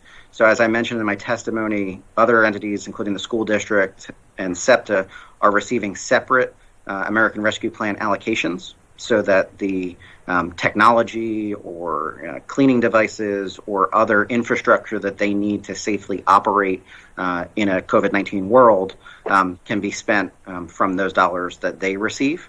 So those dollars would not necessarily be included in the city budget. And again, I'll turn it over to Tumar Alexander, Eric Atwood to talk through our work around gun violence prevention. Thanks, Jim. Good morning, Councilmember O. Good morning. As you can see in our budget, we are investing about $35 million in FY2022 on combating gun violence. This is including about $18.6 million of new investment. I'll have Erica sort of talk through what those new models and new investment pieces are and on areas which we were going to double up with. But some of it has been mentioned by Jim a little earlier. Our Transitional Jobs Already program is one big investment. Targeted community investment grants continuing to increase the amount of money we're putting into the hands of the organizations that's on the ground working on anti-violence and violence prevention, and our community engagement method, along with some significant investment in both behavioral health mobile crisis teams and Philadelphia Crisis Hotline, along with the co-responders model. Erica, if you want to go into a little more details on that, I'll call on you now. Sure. Good morning, everyone, and thank you, Council President, and good morning, Council Member O. Just to kind of echo what the Managing Director said, our investments will be in really about how we sustain the work within community, how we employ people who are either under or unemployed, who are at the highest risk of gun violence, how we're providing behavioral health supports and services to those individuals as well, given the trauma that they've experienced by being in a neighborhood that is vulnerable to gun violence or having experienced gun violence themselves. Additionally, we are making sure that we are focusing our supports on how we are making sure those individuals who come in contact with our criminal justice system, who are re-entering back into their communities, they are getting the support that they need, and we are assessing their needs appropriately and properly so they do not recidivate and they do not find a need to kind of re-enter that society, but kind of get their first chance in the opportunities that we are creating through some of our investments with workforce development and behavioral health. All right, thank you very much. I'll follow up to say that, my concern is that a 5-year plan based on a depressed economy versus trying to rejuvenate the economy, I think one of the risks that I'm really concerned about is tax base collapse. That we have certain economic engines that without a realistic investment by this city will not likely continue to be one of our top economic engines. And specifically, I will talk about arts and culture. I'll repeat the numbers that $900 million in household income, $157 million in local taxes, and beyond that, when we deal with gun violence and what we do for people that we're trying to help, there is job training, but are there jobs? Jobs is not just jobs; it's aspirations. That, for example, in music and filmmaking and fashion and the creative arts economy. And other economies that exist and are vibrant and competitive globally, right here in Philadelphia, if they collapse, all those jobs and all those opportunities for especially our young people to aspire to be something more than they are, to attend those schools and to get into additional opportunities, that collapses as well. The amount of money, I understand we're doubling what the Philadelphia Cultural Fund has, but it's still under the budget that was already cut. The bell's ringing, I understand that, I'm sorry. But could someone quickly just answer, where's the money for the arts and culture economy? Councilmember, I think as you correctly stated, that money, although we're doubling that, it's not at the money at the level it was prior to the budget cuts of last fiscal year. So, we're just trying to work through that. We thought it was important to make that investment both in the Cultural Fund and also in the African American History Museum this year, as we build to try to get them back to where they were standing prior to last year's budget cuts and budget situation. Thank you. My time's up. I'll come back. Thank you very much, Council President. Thank you, Councilman. Chair recognizes Councilwoman Gauthier. Thank you, Council President. Good morning, everybody. The FY21 budget included a $20 million general fund contribution to the Housing Trust Fund on top of revenue the trust fund received from recording fees. This year, the mayor's budget proposes to reduce the general fund contribution to the Housing Trust Fund from $20 million to $6.86 million. Does each of the 5-year plan assume this reduced contribution? And what is the rationale for lowering the contribution, given the extreme need for affordable housing in our city? And I would go back to some of Councilmember Gim's comments on eviction prevention and our ability to support that as a city. And I would also say that as an office, we receive calls almost daily about programs like basic systems repair. So what is the rationale for the cut, and does that play out over the whole 5-year period? Thank you, Councilmember. I believe it has to do with debt service obligation for the Neighborhood Preservation Initiative bonds, but I believe Rob or Marissa can answer in more detail.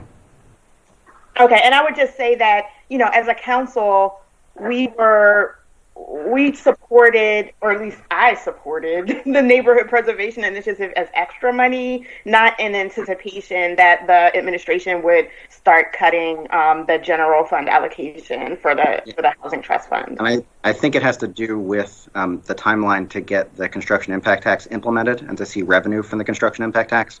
But again, I'll ask Rob and Marissa to speak to that. That's correct. That we're using some of that roll-off. That the money that goes through to the Housing Trust Fund is the roll-off from expiring abatements, and we're using some of that money to help pay debt service on the bonds for MPI until the construction impact tax builds up.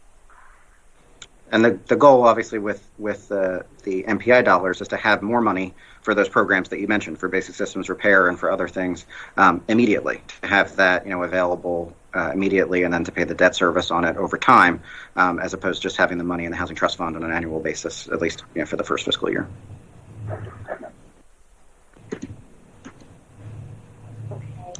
Thank you. I'm not sure I completely understand the rationale for that, but Councilman, let me try to explain. Okay. So when we went through this process, the question about when we were going to actually impose the tax versus whether or not what the level was going to be, what dollars were going to be used to pay the first year debt service.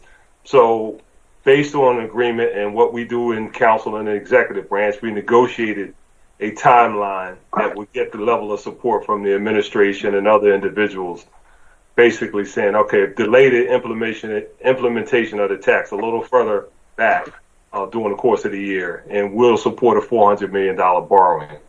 So that first year, where normally we would have gotten that tax, because we moved that timeline back, we don't have that money to pay the first year debt service payment on the $400 million borrowing, or in this case, $100 million.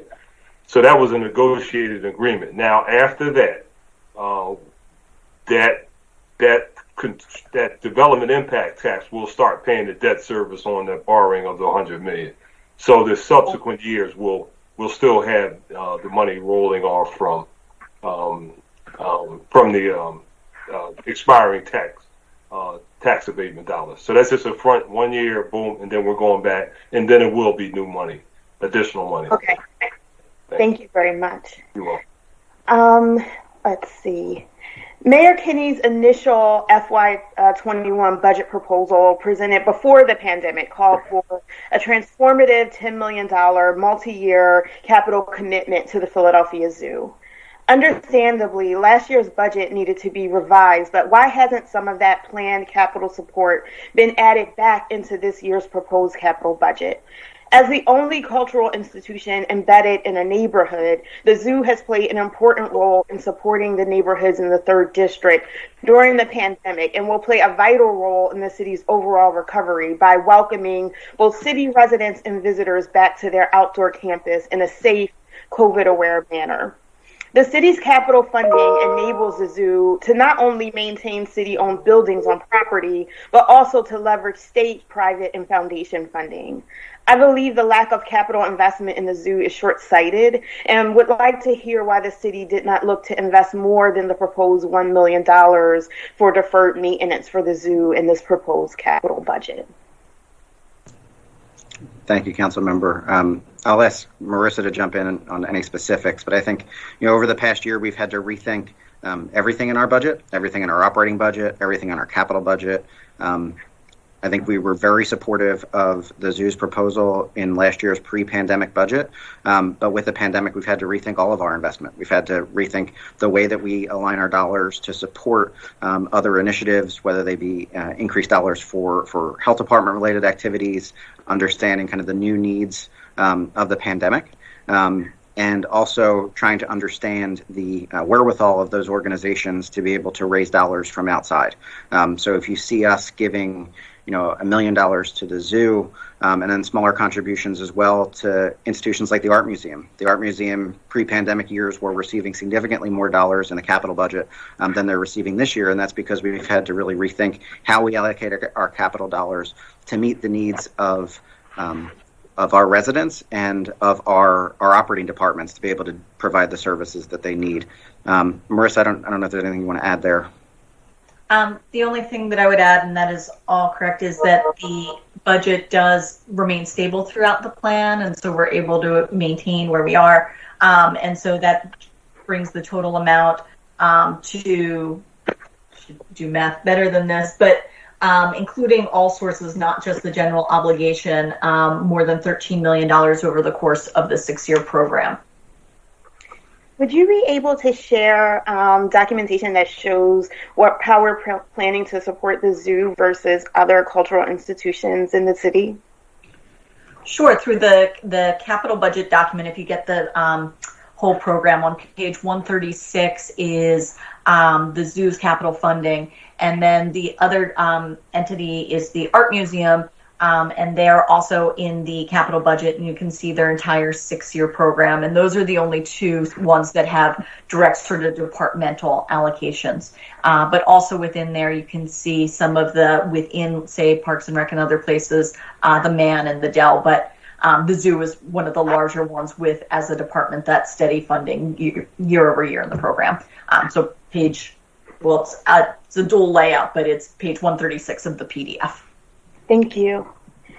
And then lastly, I was pleased to see the increased investment in anti-violence efforts in the FY2022 budget and in the 5-year plan.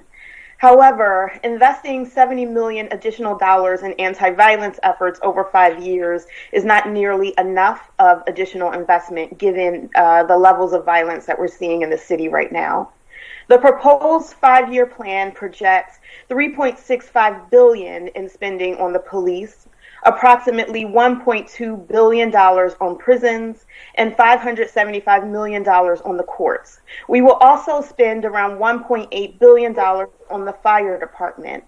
We fully and without caution invest in traditional systems of public safety, but do not make the same bold investments in violence prevention or in opportunities for our youth. And I think we need to go even further with this budget. What would it look like, for instance, to invest $250 million or even $500 million additional dollars over 5 years in anti-violence initiatives, job opportunities for our young people? Can you speak to that and to why we wouldn't go further? Thank you, Council Member. I can't speak to specifically what a higher dollar amount would do. I think any additional investment would help us reach more individuals, would help us be more targeted in the way we deliver services, possibly expand some of the programs that we provide. We're happy to have those discussions with you and other members about how we can enhance the level of service that we're providing to prevent gun violence. I can't speak to what a $250 million or $500 million investment would equal. It would obviously lead to cuts in other departments, and as a personnel-heavy organization, most of our costs are related to individuals. It'd likely lead to layoffs in those departments where we had to make those cuts. So I think that's the trade-off that you make when you make other investments in other areas, especially in a government like ours, where we have most of our expenses in our workforce. Okay, I would argue that those trade-offs would be also include improvements in public safety and the ability to help young people to be on a positive track. And so I look forward to working with you and with my colleagues over this budget cycle to deepen our investments in violence prevention initiatives. Thank you so much. Thank you. Thank you, Councilwoman. Chair recognizes Councilwoman Winona Sanchez. Good morning, Jim and members of the administration. Thank you so much. I feel compelled a little bit to put a couple of the conversations around tax policy on the record. Back in 2010, 2011, 2012, we did a lot of work and research in this space. And I just want to remind folks, this was also after the economic downturn and some of the lessons we've learned, which have in fact informed some of the tax policy changes as we move forward. But I want to specifically speak to Rob around this space in terms of how Philadelphia compares with all the other jurisdictions in our corporate tax structure, notwithstanding the state corporate tax. Which of our BERT taxes are more volatile, and which ones have we seen be more predictable in a COVID world? And I know it's early because we haven't gotten our 2020 numbers. Right. So in the COVID world, to your point, we don't know yet because we haven't seen the results. So we'll know. We should start seeing returns later this month. The IRS pushed back the due date for taxes till May 15th. We went along with that, so that means we don't have that information yet.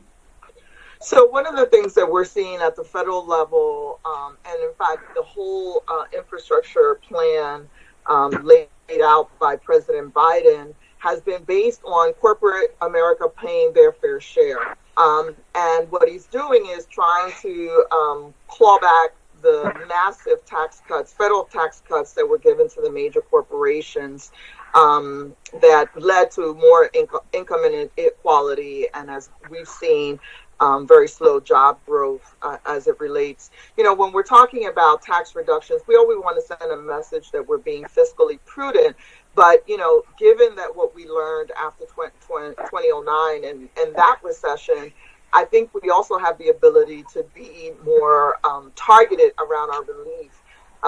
In our work at that time, we learned that the majority of the tax liability for small businesses, and now that we're talking about supporting Black and brown businesses, has been on the net income part of that. So speak to me why we didn't want to be more aggressive in being targeted small businesses that we know will be the job creators versus, buying people 3 cups of coffee on the wage tax. Some of us will argue if you're paying wage tax, you have a job. So speak to me, why not limit liability for the small businesses as opposed to 3 cups of coffee? Yeah, so a couple of things. One, we do have reductions on the net income side of the BERT included in each year of the plan. So that rate goes down consistently over the 5-year plan to your point. And Marissa, talked about it before. One of the reasons that we're doing this is, as you know, the studies from the tax reform commissions all showed that both the wage tax and the BERT really get in the way of job growth in the city.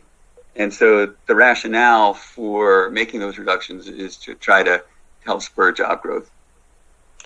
Yeah, no, and it's important, and we're all anxious to have a functioning appraisal system and a CAMA system, because once we have trust in our real estate appraisal, I think all of those studies show that it is the right mix between property, wage, and business, right? But we can't move all those levers at the same time. So in our review back then, we always said that the gross receipts tax, which some of us would argue is what President Biden is doing. We keep talking about reducing taxes for the taxpayers, but we never have a conversation about capturing income or activity that we have failed to capture because of our low gross receipts that allows the multinational companies to have a limited liability to the city of Philadelphia. So we've shown that with the data when we did this before. So why not say, let's capture Amazon and all the folks who are not paying, so that we can be more targeted for Black and brown businesses? Was that discussion had, and why are we focusing just on tweaking what we've shown worked? The $100,000 exemption, we showed at that time it was a compromise. It helped 50,000 businesses. We did the single sales factor for manufacturing, save 60 million. Even in our compromise, we were very focused around, we wanted to help small businesses, but this proposal seems like you're giving everybody a little bit, as opposed to saying, this is the target, $1 million businesses, $2 million businesses, the majority of their liability is net income. So why not do something a little bit different? I think a couple of things. One, we do have that $100,000 exemption. So, and that, I think it's actually more like 60,000 businesses no longer pay any BERT. And we've also made a change in the last couple of years so they don't even have to file returns. So we've helped them both financially and in terms of just the process of being here. We've made things simpler. We do, whenever we do something, have to be mindful of the uniformity clause and making sure that we don't do something that runs afoul of that and then, undermines whatever changes we're trying to make. So, but there are other tax policies, for instance, that you could implore based on what the data has proven that has been successful in the tax policy currently that we compromised for at that particular time. How else could we be more targeted for Black and brown businesses if we know the net profits tax is their biggest liability, and what limits their ability to capitalize themselves? That is going to be, and again, for the record, we're one of very few jurisdictions. New York, financial capital of the world, Washington, D.C., the political capital of the world, and Detroit. This tax, this net income tax, is the liability for businesses to survive. So why not be more aggressive there and offset that with capturing unrealized things from these multinationals, again, who continue not to pay in our market and are not leaving, just like real estate are not leaving. Budweiser and Porters are not leaving our market. Why not capture that income like the president is proposing in his federal tax plan? Yeah, and I mean, I'm listening to the 5-year. Okay. I'm glad she's listening. So, whenever you make tax reductions, there are kind of a series of discussions you have. And when we looked at this year's reductions, we wanted to make sure first that we did get BERT reductions, which we've included in the plan. We also wanted to see whether there was a way to reduce our reliance on the wage tax, particularly the non-resident wage tax, because we've seen in the last year how fragile that reliance makes our revenue base. So we wound up doing a mix of things to try to address both of those issues.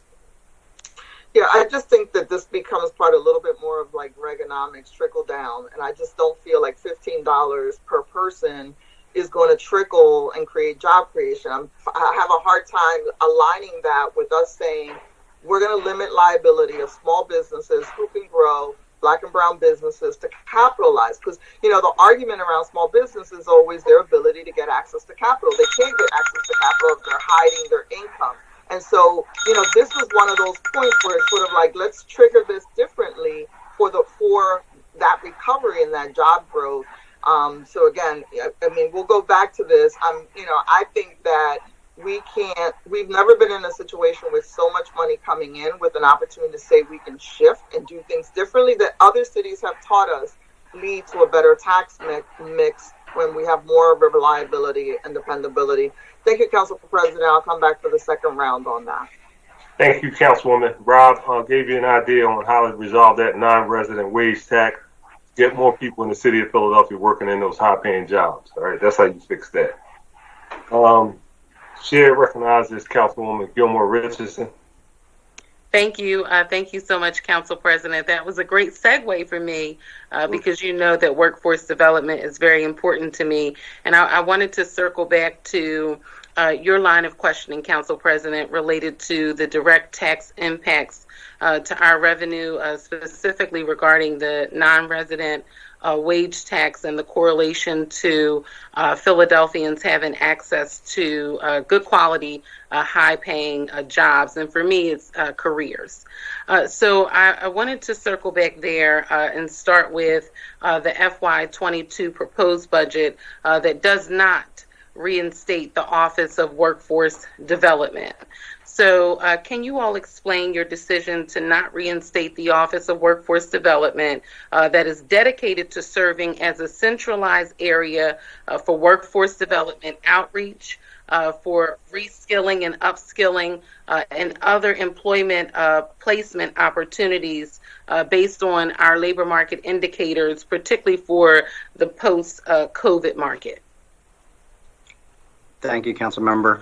So as you know, last year we made a decision to eliminate the office as kind of a standalone office and to place the Office of Workforce Development within the Commerce Department, understanding the deep connections between the work of the Commerce Department and the Office of Workforce Development in its previous form. And we also know that when it comes to workforce dollars, Philadelphia Works, as our Workforce Investment Board, is really the engine that's going to drive the majority of that work. So trying to draw a better alignment and a closer alignment between the work of the Commerce Department, the work that's happening within the Workforce Division of the Commerce Department, and Philadelphia Works is really the engine that's going to drive kind of our workforce strategy. I'll turn it over to our Commerce Director if he has any additional points he wants to add, but that's really the strategy that we're trying to impose now. Instead of having a standalone kind of department that's out on its own, trying to embed that work within the Commerce Department, knowing that the interplay between those two is really critical, and then running alongside that the funds that Philadelphia Works has, which is just way more than the city of Philadelphia could provide. So can I just jump in here quickly before we hear from our Commerce Director? And Engler, I want to go back to what you talked about with the mayor's focus on education and how you all have had a laser beam focus on supporting the work of community college, which is a real important part to our workforce development opportunities around those placement opportunities for quality jobs here in the city of Philadelphia. And then also circle back to the foresight and insight of Council President around the New Normal's Jobs Plan.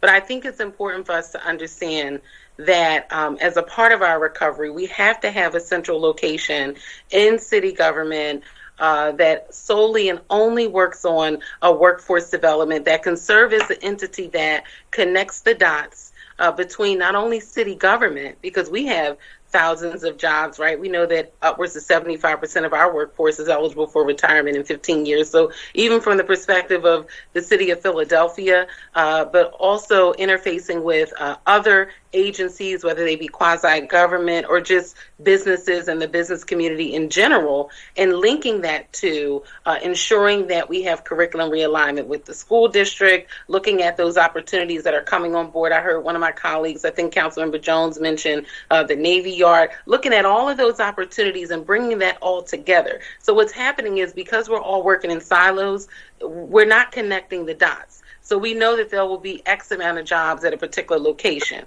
right? But say, for instance, and I'll talk about, these issues with the school district as well, but we're not connecting the dots to say, all right, we know these particular jobs are coming, whether they're biomedical or cell immunotherapy. How do we ensure we have the curriculum for those jobs so we can prepare not only our young people, but those that need an opportunity to be reskilled and upskilled to get into those positions. We're not connecting the dots. So I do believe we need a centralized office to make that happen. So could you just speak to that specifically? Sure. Thank you, Councilmember. So I think what you're speaking to is really around tactics and program delivery, as opposed to what we had in the Office of Workforce Development before, which was really about policy and planning. So I think around the tactics and delivery, I think we can have that through the connection between the Office of Workforce, the Division of Workforce Development, in the Commerce Department, working alongside, again, partners at Philadelphia Works and our other partners, whether it's the Office of Children and Families, whether it's our connections with the school district. I mean, that work, I think the move to local control has really enhanced those opportunities. We have much more regular engagement with leadership at the school district now than we ever had before the return of local control. So we can have those discussions. They're harder because the school district has, they have curriculum requirements that having a quick change for some new type of curriculum is not always easy. But those discussions are worth having, absolutely, and we are having them. But I'll turn it over to Mike to, I think, talk through kind of his philosophy around it. But I think that we are trying to get to where your comments lead us, which is really around tactics and delivery. That the Commerce Department knows those business attraction efforts. They know kind of who is in the pipeline, what industry is in the pipeline for Philadelphia, and can really help guide even Philadelphia Works or other entities in the government to set up structures to meet that new need. So just quickly. Councilwoman, when I first got this job 5 months ago, I talked to two important places that work in the workforce area. First, Dr. Generals at Community College of Philadelphia, and I asked him, what is the number one most important thing that we, Commerce, can do for you? And he said, connect the dots, the same phrase that you use. He says, when you go out and talk to companies, employers coming to town or thinking about leaving town, take me to the table with you. Take community college with you, and so we can explain what we do. I had the same conversation with Amazon recently. You can imagine how many jobs they're potentially bringing to Philadelphia. And they said basically the same thing. Bring us to your workforce people, and let's connect the dots there. So just in the past year and a half, in the midst of the pandemic, we talked to over 870 companies that were looking to hire people in Philadelphia. We were able to place 7,044 people in those jobs. So we are the division that talks to companies that are hiring people in the city of Philadelphia. And our whole philosophy, our whole effort is to take all the workforce programs in the city of Philadelphia, filter them out, segment them, organize them, and to be able to take them to the right company, introduce them to the company so that they can work together on putting people in jobs. Okay, well, thank you so much for that response. And I did hear the bell, so I will circle back for round two to continue my questions specifically on workforce development and several others that I have. Thank you very, very much. Thank you, Councilwoman. Thank you, Director Rashid. It sounds like you've been doing a lot of work and connecting those dots. And I understand the Councilwoman's concern about having a single entity being responsible for connecting the dots. That sounds like that's a whole lot of dots to connect. So I'm sure we'll have some follow-up conversations around making sure that those dots do get connected. Chair recognizes Councilman Thomas. Thank you, Council President.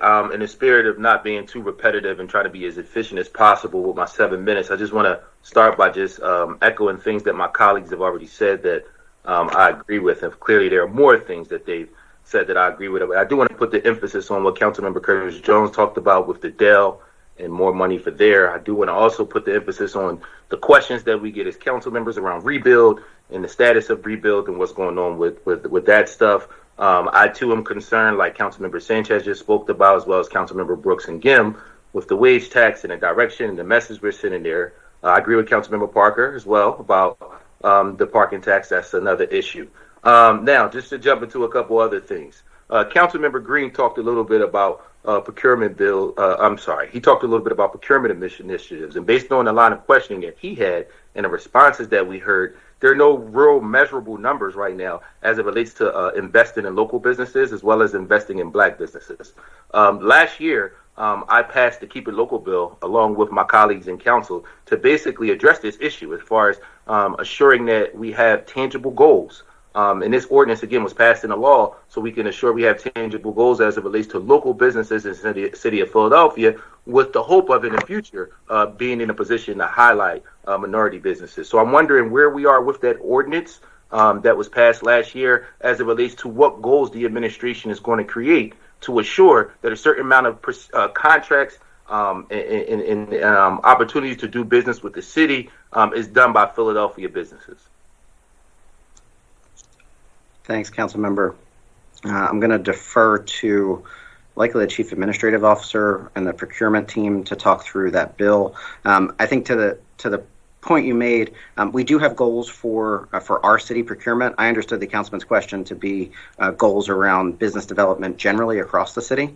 I think Councilmember Green was specifically focused on Black businesses, and what I'm saying is if we can't focus on Philadelphia businesses in general to specifically narrow it down to minority businesses in Philadelphia, which shows that that's another step that we're still 2 steps away. So I only have 7 minutes, so I don't want to waste too much time with a lot of information that would basically into the conclusion that we really don't have those numbers yet. So I'm hoping that we can get to the point where we're following the law of the ordinance and putting ourselves in a position where we have these goals as it relates to local businesses, and then we can expand upon that and say these are the tangible numbers and goals that we can have for Black and minority businesses, other businesses that we feel like we want to see an increase in support as well as an increase in their success. Is that okay, Mr. Engler? I don't want to, I only have 7 minutes, so.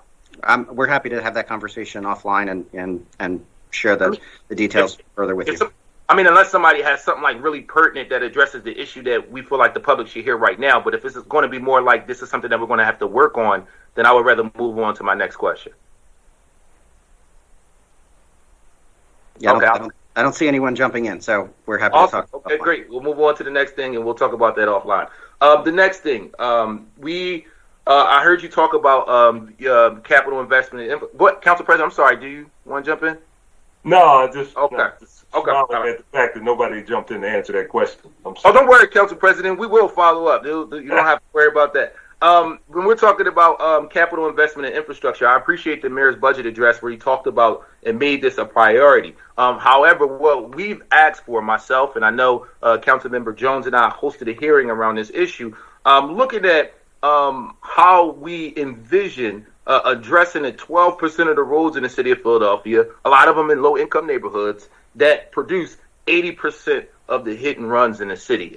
We know that you're looking at the 145 million as far as streets and things of that capacity, but how is the administration specifically targeting those 12% of roads? And, we can go by the intersections list by list, intersection by intersection, and look at where and how much money is going to go into that. Is that something that we should have offline, or do you guys have a response to that one now? So I'll defer to Mike Carroll and the Managing Director's office to talk through response to that now. Mike, are you there?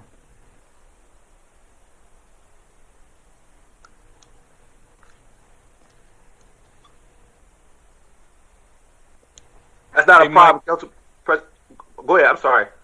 I'm sorry, Councilman. I was going to let Mike know if he's on. He may be muted and we can't hear him. Am I coming through now? Yes, sir. Yes, sir. Okay. Yeah, so when you're speaking about the, I believe, Mike Carroll, Deputy Managing Director for the Office of Transportation, Infrastructure, and Sustainability. Thank you, Council Member. So in speaking about the high injury network, these 12% of miles where over 50% of the crashes take place, we're looking at the opportunity to spend some of the capital that we have for specific improvements. There's specific items which are in the capital program. We will give you the details on that separately, but we've taken up slow zone program, and so we're actually beginning to implement that stuff this spring, where we identified a number of locations which were high injury locations. And in general, we have incorporated a screen on all of our capital work, general paving aside, with all of our capital projects to make sure that we're prioritizing locations which are on the high entry network for any grant opportunities and other opportunities that we're able to take on as a competitive ask. But some of this information, in terms of the details, we will need to supply you offline, not to spend too much of your time.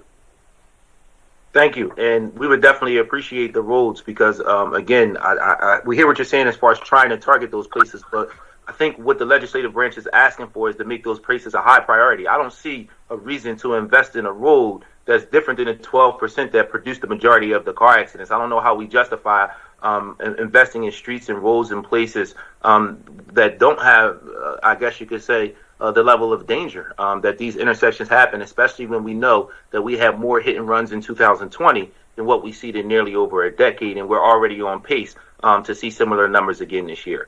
So I'll move into a different direction before the bell goes off. The administration looked at funding for the arts and culture community, and we're not just talking about funding to mural arts, which is a little low, as well as the cultural fund, which is low. We're also talking about other capital investment initiatives, and so I'm just wondering how did the administration come to the numbers that they did, and why would we not invest more into the arts community? Because we know for a fact in return we're going to get a significant return on our investment, especially when we're looking at the fact that we have to see an economic recovery based on the crisis that the coronavirus unfortunately created. Thanks, Councilmember. So with any budget, we're looking at trade-offs. Investments made in one area means that we can't make investments in other areas. I think we look forward to working with you and your colleagues as we go through this budget process to figure out what's the right level of investment. This is the mayor's budget proposal and includes funding across a number of initiatives, but we know City Council is going to have some changes that you would like, and we want to have those conversations with you. But I think the main point was that when we make investments in one area, it means we can't make investments in the other, and those trade-offs has led us to make the investments that we did in the proposed budget. Thank you, Mr. Engler. I'm 100% sure and committed to the fact that we can find $5 million more for the arts and culture community. Thank you, Council President. I appreciate the time. Thank you, Councilman. Chair recognizes Councilwoman Bass. Thank you, Mr. President. And I did want to say that I know that my name list wasn't in the chat. For some reason, I'm having difficulty with the chat feature on my city issue device today. So that's why it's not in line and sync. Really quickly, I want to go through a series of questions so that I can get as many answered as quickly as possible. Mr. Engler, can you talk about, I want to talk specifically about the beverage tax. Can you give us some idea in terms of how much revenue has been collected to date and last year on the beverage tax? I think Marissa is probably best equipped to provide those numbers. Marissa, do you have them handy?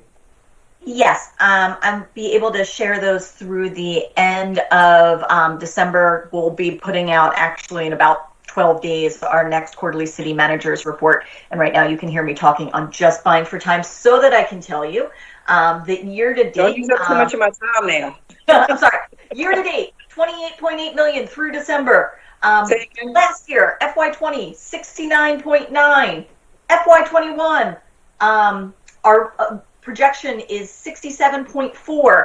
And I will need one more second to be able to tell you that our FY22 amount is then coming back to 72.5. Marissa, the 21 amount, 63. 67 was the budget. Oh, right. My apologies. 63. Okay, hold on. Go back over that again for me real quick. All right. I'll do it slower and more in order. Okay. For FY20, our actual was $69.9 million. Got it. Our estimate for this current year is $63 million. Through December, we had collected about $28 million. In FY22, 63, and we collected 28 in the first half of the year. Okay. Okay, go ahead. And then for FY22, our estimate is $72.5 million. What is that estimate based on? Seeing it looks like we're so far off in 21. Yeah, so we worked with our outside economists to look at this. Pre-pandemic, we'd always said we would expect basically about 1% declines each year as folks, just chose to drink different things. But particularly with restaurants closed, with no professional sporting events, movie theaters, that is why we had down. And so as the economy reopens, we expect it to spring back. And so we worked with our economists based on anticipate, how much each of those streams means to the overall. What was the high on the beverage tax? Since we've been collecting, what's the highest amount that we have collected in a year? I want to say 72, but I can certainly get back to you with that. So we expect next year, even though we're still in a pandemic, but we expect next year to equal our highest year at a time when there was no pandemic, when we had a very robust economy and, surpluses, in the general fund and all of that. We expect the same thing.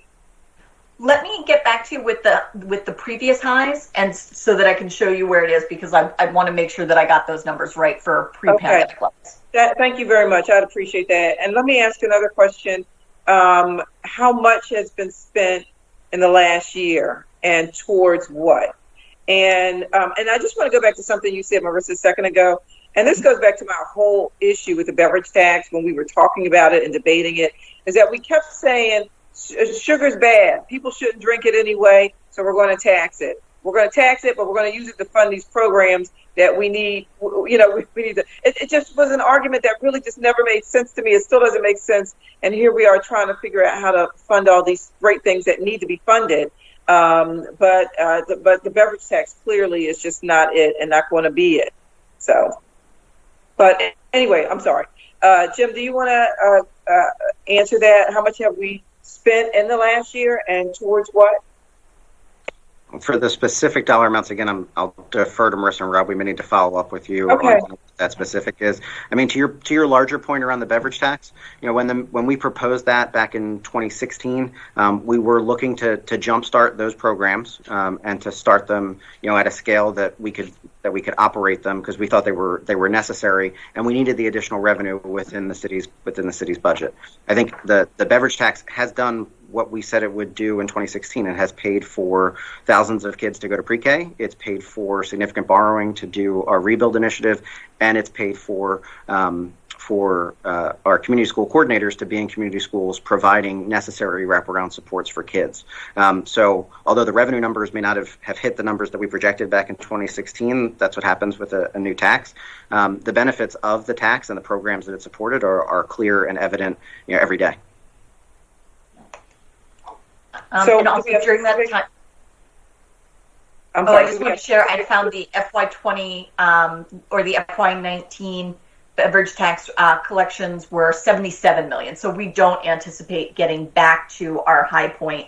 That was 77 million. Yeah, we actually never project in this plan getting back to 77. So we'll never get back to where we were in 19. Okay, so if we don't. This is crazy. So all right, so we don't expect to get back, but we intend to continue and expand the programs, and not to well, let me go back for 1 second, because there's a couple of things I really want to double down on here.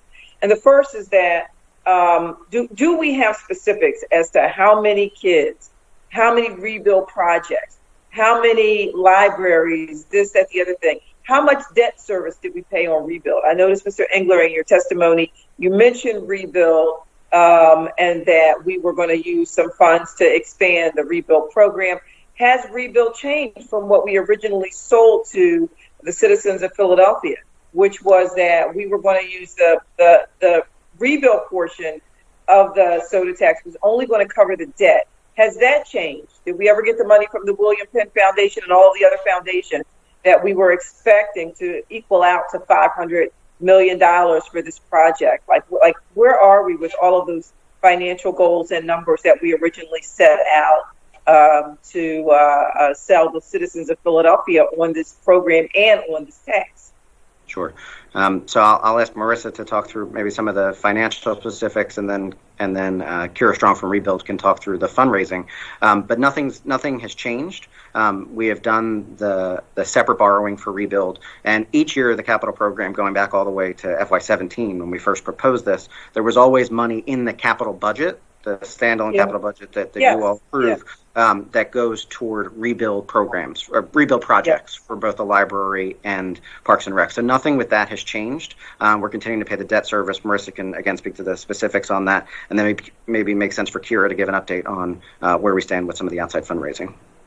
Yeah. So certainly the debt service amount that we have embedded, it actually started in FY19 was when we had to start paying that debt service, and it was about 1.7 million that first year. For FY20, it raises to a shade under 6.8, and that's what we anticipate again for this current fiscal year, 6.8 million in that rebuild debt service. It then starts to grow as we move out, 9 million in 22 this coming year, and then 13 million in 23, and then gets to about $21 million for the final 3 years of the plan. So that's built into our assumptions there.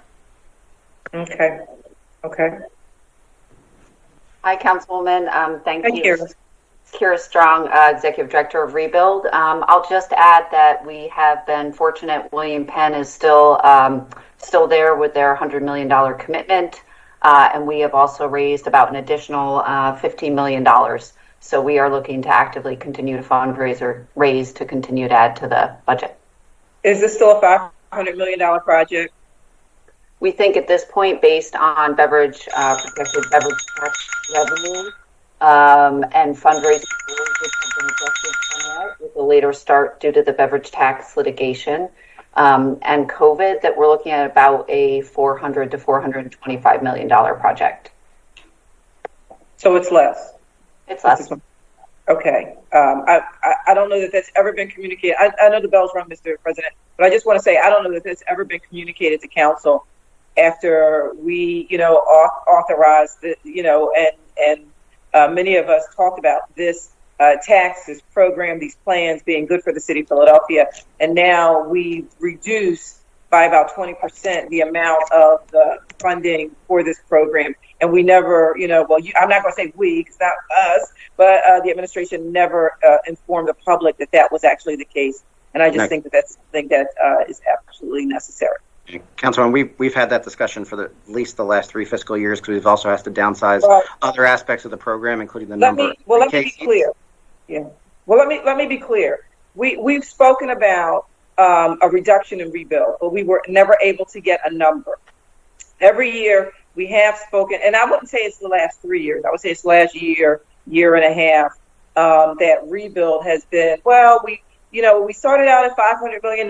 It's going to be less. We can't say how much less. We don't know how much less it's going to be, but it's probably going to be a little bit less. 20% is not a little bit, and it was never actually stated that it's going to be a $400 million program. And I have to say, I'm the chair of Parks and Recreation, and so I would think that I would have been briefed and would have known. I don't know if the council president was made aware that we're slashing this program. He's saying no, so I don't know who you told or when you told them, but I'm just saying that, this is new news to me in terms of the amount. So thank you, Mr. President. We're happy to follow up online as well. Offline. Thank you. And Mr. President, because my chat feature is not working, can you put me in for the second round? I'll be at the bottom of your list now. Thank you. Sure. Thank you. Thank you, Councilwoman. Chair recognizes Councilman Don. Good afternoon, Council President, colleagues, and administration. I've now been through 6 years of budget sessions with the administration. And through this time, we raised our budget by over $1 billion, and we plan on spending that additional $1 billion plus more for every year in this plan. So what I'm struggling with is the impact for that $1 billion of spending we've seen. While we've made some inroads on specific programs being expanded, I've yet to see real improvements for the people of Philadelphia. I'll give you some examples, and I'm going to talk about before the pandemic. We had the highest poverty rate. We had the fewest jobs per capita among our peer cities. We had the fewest Black-owned businesses per capita, all before the pandemic. It's worse now. We also had the fewest small and mid-sized businesses per capita that we've seen. And on top of that, as Jim Engler, you mentioned, that Pew report, when I saw that chart, it was like a heartbreaker to see that our budget shortfall was 14.7 compared to Detroit at 17, when we compare Atlanta at 5.9 and Baltimore at 5.4, and we're at 14.7. And in this backdrop, We have the highest wage taxes of probably any city in the country. And on top of that, we have the second highest business income taxes in the United States at 16.2 when you combine state and local. Only New York City is higher at 17.2, and all other cities we surveyed were below 9.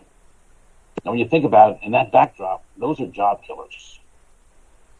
One of our most other important issues today is gun violence, and I don't really see the right investment here on gun violence, because I will tell you at the end of the day, people feeling safe in their city, controlling the gun violence is our number one issue. People have to feel safe. Going forward, what I'd like to see us do is make sure these dollars that we invest as a city have a real impact, that we invest in services, those services that actually will improve. And this hasn't been the case these last few years. So we need to see some sense that these outcomes will change going forward in the plan. I look at the definition of insanity. Albert Einstein said, he said the definition of insanity is doing the same thing over and over again and expecting different results. Now this, as we've all recognized, is a moment in time where we have an opportunity that we'll never see again in our lifetimes. Never. $1.4 billion to the city of Philadelphia, $1.3 to the school district, $667 million to SEPTA, and more money from the infrastructure package of President Biden coming for bridges, tunnels, and other infrastructure. Amazing. If there ever was a time for us as a government to be bold and bolder and change the trajectory of our city, now, this is it. This is our time. So here's my question. Can we get a business growth plan from the administration based on the investments you're making and any changes you might be making from this hearing? And what you're hearing from, I think, myself and my colleagues is a frustration that we're not seeing the results for what we're spending to date. The other question is, can we hold yourselves by way of performance to our residents in this 5-year plan? We want to see the performance, because up until now, according to the measures and goals that you all set yourselves, we're not achieving goals fast enough. And I'll stop there. Thank you, Council Member. Sorry, I'm hearing a bit of an echo. So what I would say is that pre-pandemic, we were making progress. We had significantly reduced our poverty rate. We'd gone from 26% to 23%. That's a lot of people out of poverty. And that was based off of 2019 data, again, pre-pandemic. We had also significantly reduced our unemployment rate down to 5.2%, which put us closer to the national average, still above the national average, but much closer. And we also outpaced the national average on job growth. So the investments we were making pre-pandemic were having an impact. We're having a significant impact in lifting Philadelphians out of poverty. I would also say that the investments that we're making as an administration are generational. The largest investment over the course of the last 6 years has been in our education system, in both the K-12 system, in early child education, and in community college. That's grown as a share of the budget larger than every other department. And we've cut things that you've urged us and your colleagues have urged us to cut, like the Department of Prisons, and police as a share of the budget has gone down. So I think we are making the right investments. That $1.4 billion that you stressed through the rescue plan, we're trying to make the best investments in a post-pandemic world. We're trying to put the city on a firm financial standing. To your point, that our over-reliance on the wage tax in comparison to our peer cities, as you mentioned from the Pew report, shows that we need to make reductions there. We need to make changes to our tax structure in order to make ourselves more competitive and more resilient. And we've tried to do that through this budget. We've also tried to make tactical, important investments in things that Philadelphians care about, things like street sweeping, additional investments in education, and across the board. So I think we're trying to have a balanced approach that accomplishes some shared goals that we have together to make Philadelphia more competitive, more resilient, and a better place to live. And that was showing results before the pandemic. The pandemic has been a setback for every jurisdiction across the country, across the world, and it's laid bare the structural issues that we have, both through racism and through our overall tax structure. So we need to make continued investments in all of those areas if we're going to advance as a city. And I'm not sure that there needs to be kind of one specific lever that you can pull that's going to resolve all of those issues. It's going to take pretty sustained investment in all of them in order to make our city the place that we want it to be. Yeah, but I just want to point out that my comments really were pre-pandemic. And I'm comparing us, it's like having you're a teacher in a school with one child and you're giving that child the grade. I'm comparing us to all other cities. When you compare us to other cities, we can do much better. That's my point. I agree with you that we're doing better in the last few years than we've done in the past. But I think we can do far better and be bolder. I think that's what this council wants to see. We want to try to fix these issues once and for all. And get these people out of poverty, get good paying jobs here, and be bolder. We'll never have this chance again. And I think, Jim, that's really the focus of what I'm trying to say. No question we've made some progress in the past, but we can make a lot more progress. Yeah, I think we're all excited for the additional federal support to come, whether it's through the American Jobs Plan, the American Families Plan will have tremendous positive impact on the city of Philadelphia. So I think we're excited about those opportunities in addition to what's presented in this budget, which we again think are smart investments that put us in a better financial position as a city, as well as making those key investments. And we look forward to working with you and your colleagues throughout this process. There's no budget that goes in comes out looking the same way. So we welcome your thoughts and comments as we go through this process, and look forward to coming out with a budget we can all support. Thank you, Jim. Thank you, Council President. Thank you. Thank you, Councilman. Chair recognizes Councilman Heenan.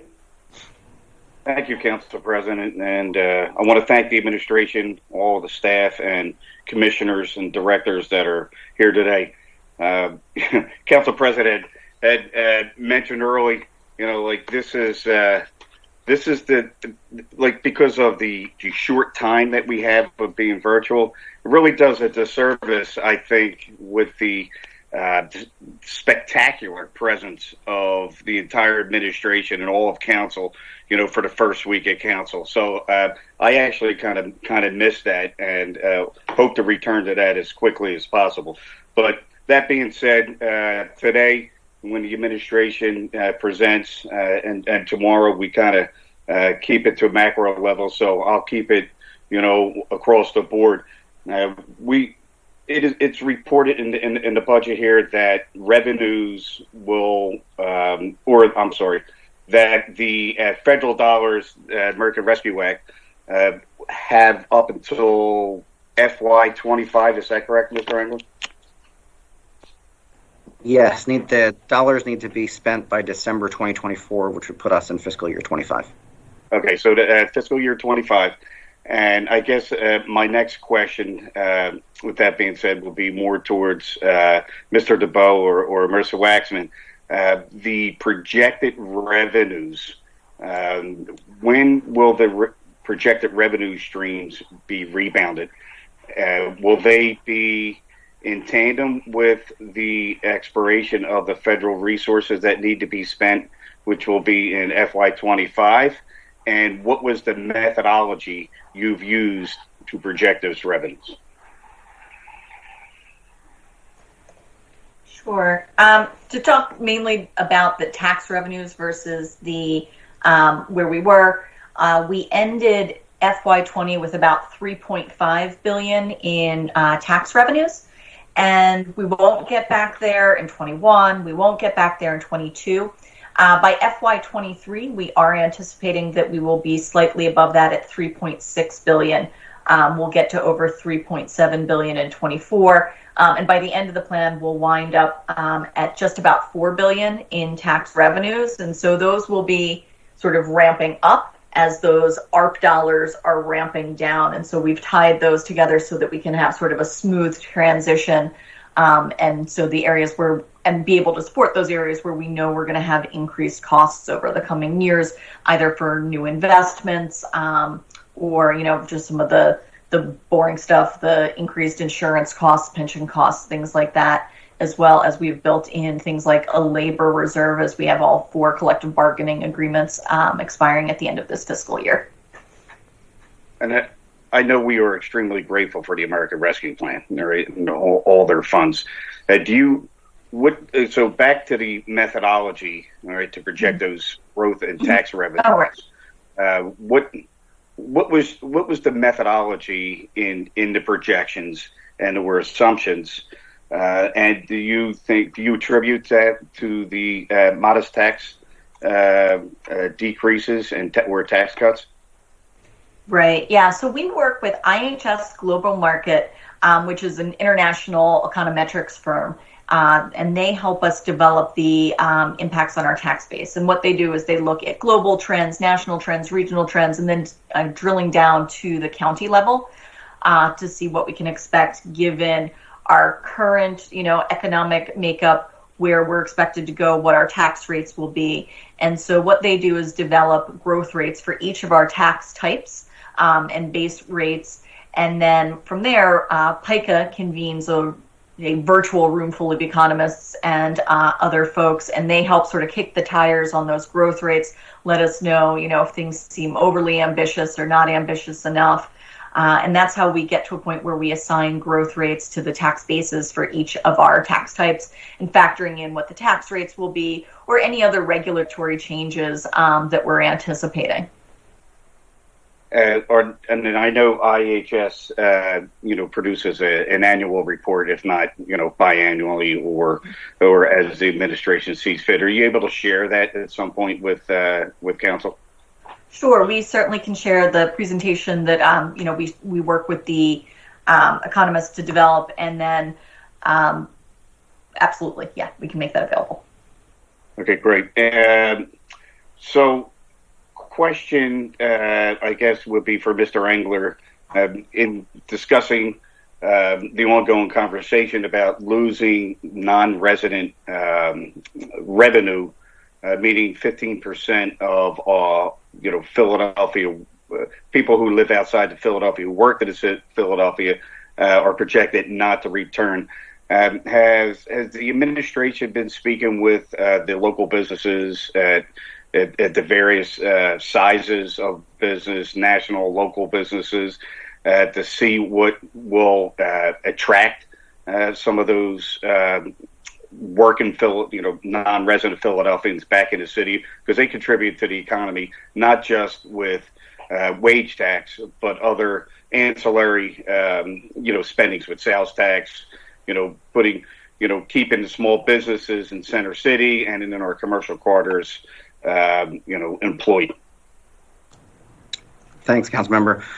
So I'll ask our Commerce Director, Mike Rashid, to jump in, but we are having regular engagements with our business owners, with BOMA, with the Building Owners Management Association, to talk to the landlords of the buildings to see what kind of the office space sector is planning over the next year, 18 months.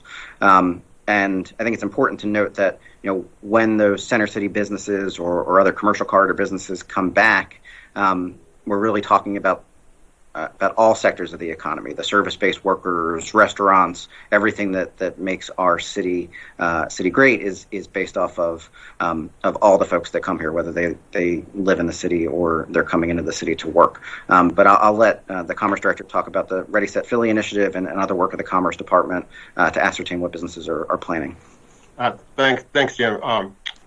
Councilman, there are short-term and long-term efforts being put in place to bring people back to the city safely and more and more people. So there's Ready Set Philly, which is a collaboration of about 30 businesses from around the city that have come together with the city administration and the health department to try to make sure that everybody understands when they can come back, how they can come back, and that is moving very, very well. It was kicked off about 6 weeks ago.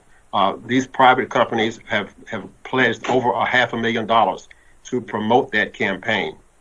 This week, as a matter of fact, surveys are happening, on-the-ground surveys are happening with employees in the city and outside of the city to find out their assessment and their feelings about what it would take for them to come back.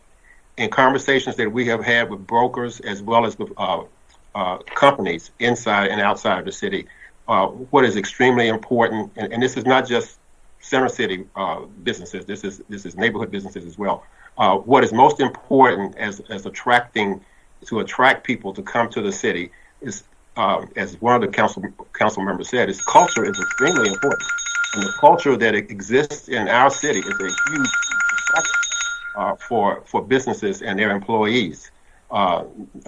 Safety, obviously, is extremely important, and the talent that is available in the city is extremely important. We hear those more than we hear anything else in terms of factors that will attract people to come to our city. Okay, I'll make a quick statement, Council President, and then I'll defer to my second round because we're out of time.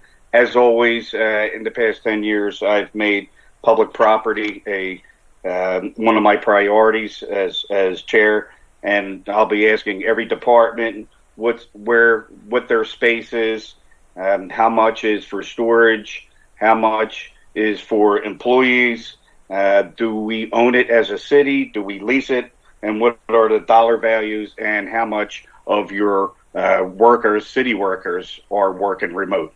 That being said, I will see you in the chat and on the next round. Thank you for your time. Thank you, Councilman. Next up is Councilman Johnson.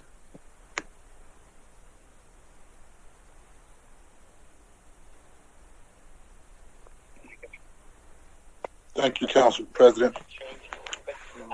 Well, first and foremost, I want to thank the administration for their time being here with us today regarding their proposed FY22 budget. And most of my comments were pretty much already addressed by my colleagues. Obviously, around the area of violence prevention, I just want to go on a record and say I think that we can make an even more significant investment as relates to a variety of couple of areas. I know when we talk about supporting with the violence prevention grants to the organizations, increasing the amount, but also the number of organizations that are supported. And also looking at, we talk about parks and recreation, and we know that when our young people don't have opportunities to get involved in things that are positive and they get involved in things that are negative, right? How do we increase the level of support for our parks and our recreational facilities in hotspot areas? Councilman Prez, I think I was in your district, but somehow it was Councilman Curtis Jones represents the playground at 33rd and Diamond. And I rode past there yesterday, and it was full. I mean, it was packed. And it really, really brightened my spirits to see all these young people having a good time. But nevertheless, we want to make sure that they're safe, but also expand on the level of opportunities around programming at our recreational centers and our playgrounds throughout the city of Philadelphia. And I know right now, at least from my observation, at the current budget level, is somewhere around $8 million. I don't think it's sufficient. But also taking a look at an issue that Councilman Jones has always been a champion of, and that's youth employment. I know every year the amount of young people that's looking to work, we have never really funded it to the point where we have able to go to scale when it comes to supporting our young people. And there's always a significant amount of young people who do not have summer jobs. And I only say all this to say that with us receiving the $1.5 billion from the feds, we know that the current strategy is to kind of space out over the next 4 years how that funding is going to be spent. But I want to just ask if we can reconsider. Well, I'll be advocating to look at how do we invest more on the front end, right? Particularly around the issue of public safety, because I think all the things we're talking about is great. But I definitely know for a fact that the number one issue that everyone is concerned with right now is gun violence, because every day, either we go to bed or wake up, we see some young person, some female being shot and murdered here in the streets of Philadelphia. And so as we go through this process, it's something I want to take a deeper dive for us to take a look at, because I believe it's critically important that, we really show that our investment based upon resources shows how we really, really care about dealing with this issue. And so I just wanted to start off by, and this is more on a macro level because we'll do a deeper dive as we go forward around this issue, but just wanted to go on the record regarding my interest around this particular issue. And then also, I'm glad the issue of rebuild was addressed, because actually, if you listen to Power 99, that was the topic of discussion this morning. What happens to the sugar tax money? Is the investment going on with our parks and our recreational facilities as it relates to the sugar tax money, as well as the number of youth who are attending pre-K? And I know you have some numbers regarding both, which we'll get into at the appropriate time, but I think it's critically important that that information be provided so people know that the investments that were promised were made. And so With that being said, Mr. Engler, it's good to see you as well. I look forward to a very, very robust discussion around this upcoming budget process. Thank you very much, Mr. President. Thank you, Councilman. Thank you very much. That concludes the first round. I want to ask if I want to add a couple of questions for the second round, and I want to ask if we can do 3 minutes on the second round, because we do still have aviation and water for our afternoon session. But after the second round, we can take a break and then move on to the remaining agenda items. So real quick, on the second round, we'll kick it off and be as brief as possible. I guess this is more the capital. The infrastructure initiative by the federal government, I know we don't know what it's going to be, but we do know there will be something, and we don't know the scope and the size and flexibility. But from our perspective, quote-unquote traditional infrastructure is pretty much the federal government's capital program, although it's, utilized in sometimes privately owned properties, but it's a very similar approach. What's the conversation and the strategy for our capital program and the proposed infrastructure program in terms of, one, the nexus, and two, in terms of leveraging? And is there any thought that we may be able to enhance what we propose to do or alter it to a degree that, based on new federal dollars coming to the table, we can be a little bolder and a little more creative with our money, because we're always limited to some degree on our capital programs initiative. Thanks, Council President. I'll ask Mike Carroll to jump in again to talk through the infrastructure investments. I think the key part of the city piece of any federal infrastructure package will be any required match. So if the city is required to give a 20 or 30% match for a specific project, that would come out of our capital budget. So you could see kind of expanded projects based off of that. Our 20% gets capitalized by pulling down significantly more federal resources. But I'll turn it over to Mike to speak in more detail. And I apologize, Council President. I lost audio for a minute. Would you mind just quickly restating the gist of your question? Oh, yeah. Yeah, the question was, the federal government, be real quick, federal government is going to have an infrastructure initiative. We don't know the scope, the degree, the flexibility. They're going to do something very similar to our capital program in terms of long-term borrowing. The question is the nexus between our infrastructure program, i.e. capital program, and the federal government.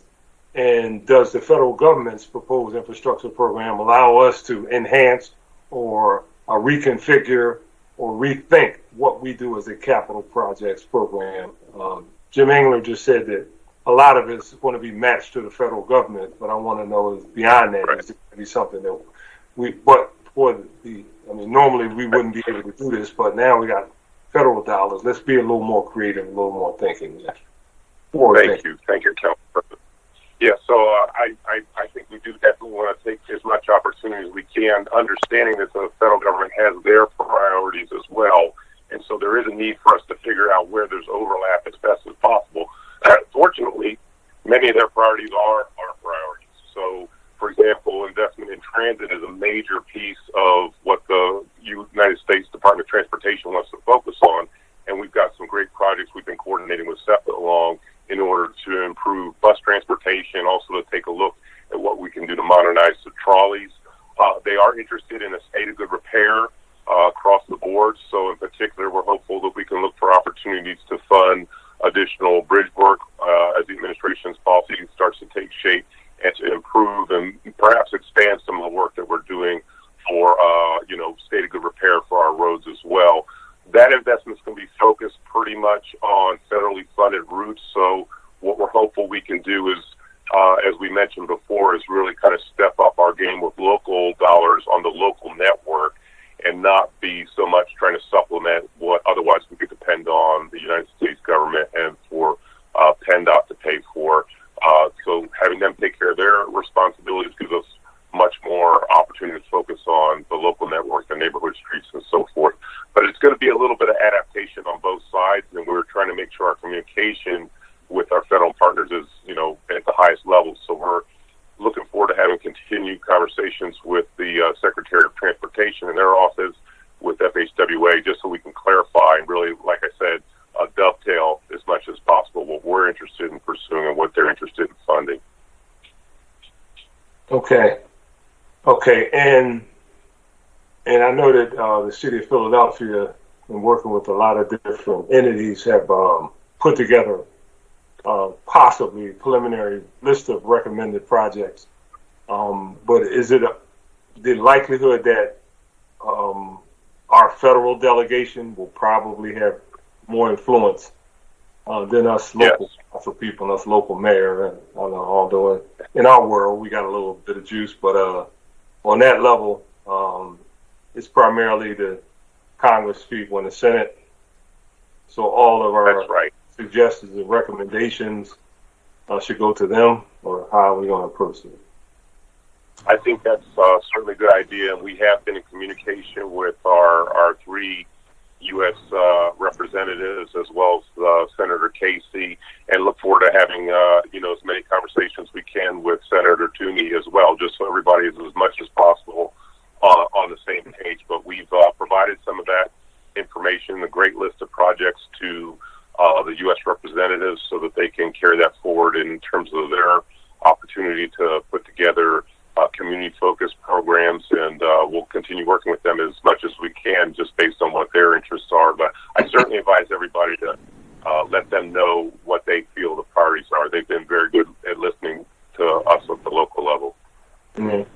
And just want to acknowledge that you all have shared a list, some of the things that you all been looking at for the administration.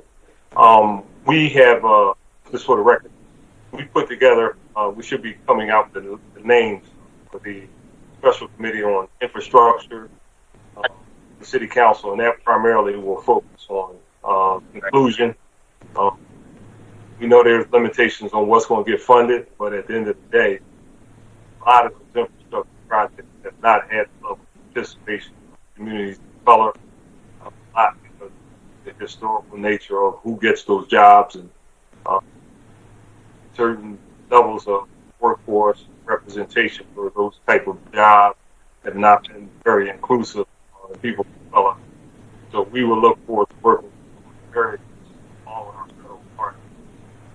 There's going to be opportunities. There should be opportunities for all of us, not the same old sources and kind. Thank you. Thank you. I got a couple of questions offline. I'm going to ask the administration now. Since we have a limitation on our time, I'm going to move to the second round now with my colleagues. Chair recognizes Councilman Jones. Oh, by the way, guys, can we do, because of the time, can we do 4 minutes on the second round, please? We'll honor that. Thank you. Thank you, Mr. President, and I'm glad to hear that special focus is going to be given by this council to monitor the infrastructure aspect of the federal relief budget, and I'm happy about that. What I'd like to do is further along those lines ask how, from the macro big picture to the micro, how the transportation piece is going to work. President Clark took a trip to New York, who knows a thing or two about traffic. And I want to know how we're going to utilize some of this infrastructure revenue to be able to alleviate traffic jams, not just in Center City, but in my district on Ridge Avenue and on Main Street and in Roxborough, which takes a 1 hour rush hour to 4 hours worth of rush hour, and they ain't in a rush. Second thing I want to know is we've experienced COVID works on the worst part of any system, and brings it to light. So if you were sick and had bad organs, it went right to the organs. One of the organs in our city's infrastructure was mass transportation.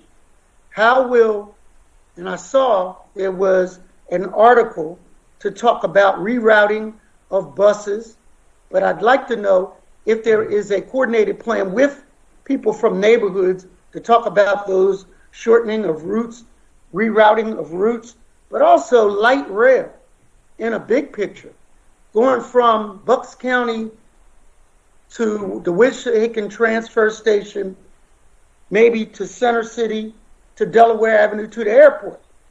We will never get this kind of relief in our lifetime from the federal government. We should be bold and at least plan for big picture infrastructure to make Philadelphia ready for the decades to come. That's my question, Mr. Angler. Thank you, Councilman. And I'll again ask Deputy Manager Director Mike Harrell to address those issues. Hi, good morning, Council Member. So we're very much interested in pursuing as many opportunities as we can, working with SEPTA, and we are coordinating with them as they're starting this process of looking at the bus networks, the bus stops, to make sure that there are great communications with folks in the community who will be directly affected by any changes. And we hope changes for the better, for sure, but we do need to hear from people who will be affected to understand how we can make those improvements in the way that really helps people as much as they can. And if there are trade-offs, and there certainly will be trade-offs, to understand the magnitude of those trade-offs to avoid putting people who depend on transit in situations where their transit trips become untenable. But I think the great news is that SEPTA has met us partway on a lot of these issues. So they are actually funding a lot of this work. And in addition to that, in the pandemic, they eliminated significant parts of the transfer penalty, which made it difficult for people to switch from one bus to the next. And that's a key element in our approach moving forward to ensure that people have, as much as possible, very logical routes to go where they want to go, short routes, fast routes, more frequent routes, and making sure that people can hop off of one bus and either get on the trolley, get on the subway, or get on another bus without too many headaches, without having to find the extra cash, was a big part of the program, and they've already implemented that, so we're grateful for that. With respect to Wissahickon Transfer Station Center, we are looking at the opportunity to extend the rapid bus, called Direct Bus, to that. Funded. The Roosevelt Boulevard plan is going to be coming out very shortly, and it's going to lay out some options for additional investments along the lines that you described in your question. Thank you, Mr. President. Thank you, Councilman. Chair recognizes Councilwoman Gimm. Thank you very much, Mr. President. For Mike Carroll, this is a quick question. Currently, Councilmember Thomas has pointed out about the number of pedestrian accidents. We just recently had a death on the Parkway of an individual. Vision Zero is funded at around $1 million, but there had been discussion about it potentially being up to $3 million. Is that correct? I know there has been discussions, but as far as what's funded in the budget, I want to also add to that there's additional funds that are coming into the Streets Department's budget, and which Otis is spending, which aren't reflected directly in that line. So that's worth keeping in mind. Has that been communicated to anybody, or is this something that we should have as a separate conversation?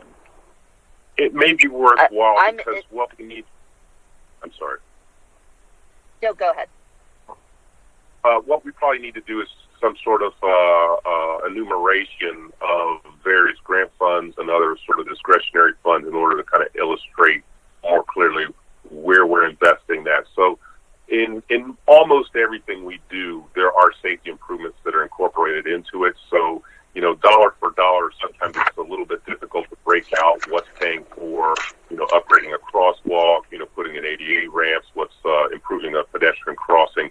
But we could probably give a better picture than it's easy to do within the budget framework if we had a chance to work with you a little more directly. Okay. I look forward to following up with you on that. My interest is making sure that we're adhering to our Vision Zero planning. especially as infrastructure dollars are coming in, public safety, pedestrian safety is extremely important. And then my second question is to follow up on Councilmember Johnson around youth violence prevention programs. I will say that too often, young people under 18 are not specifically targeted, but we've had 750 children under the age of 18 killed in the last 2 years since January 2020. Right now, a child who's 13 years old is going to be 18 in 5 years. So I am interested in hearing, Work Ready, I think, has 8,000 slots. I think last year it had 19,000. We heard from the parole and probation about less than 10% of young people in their division who could be seen as being high risk, actually may even have a job.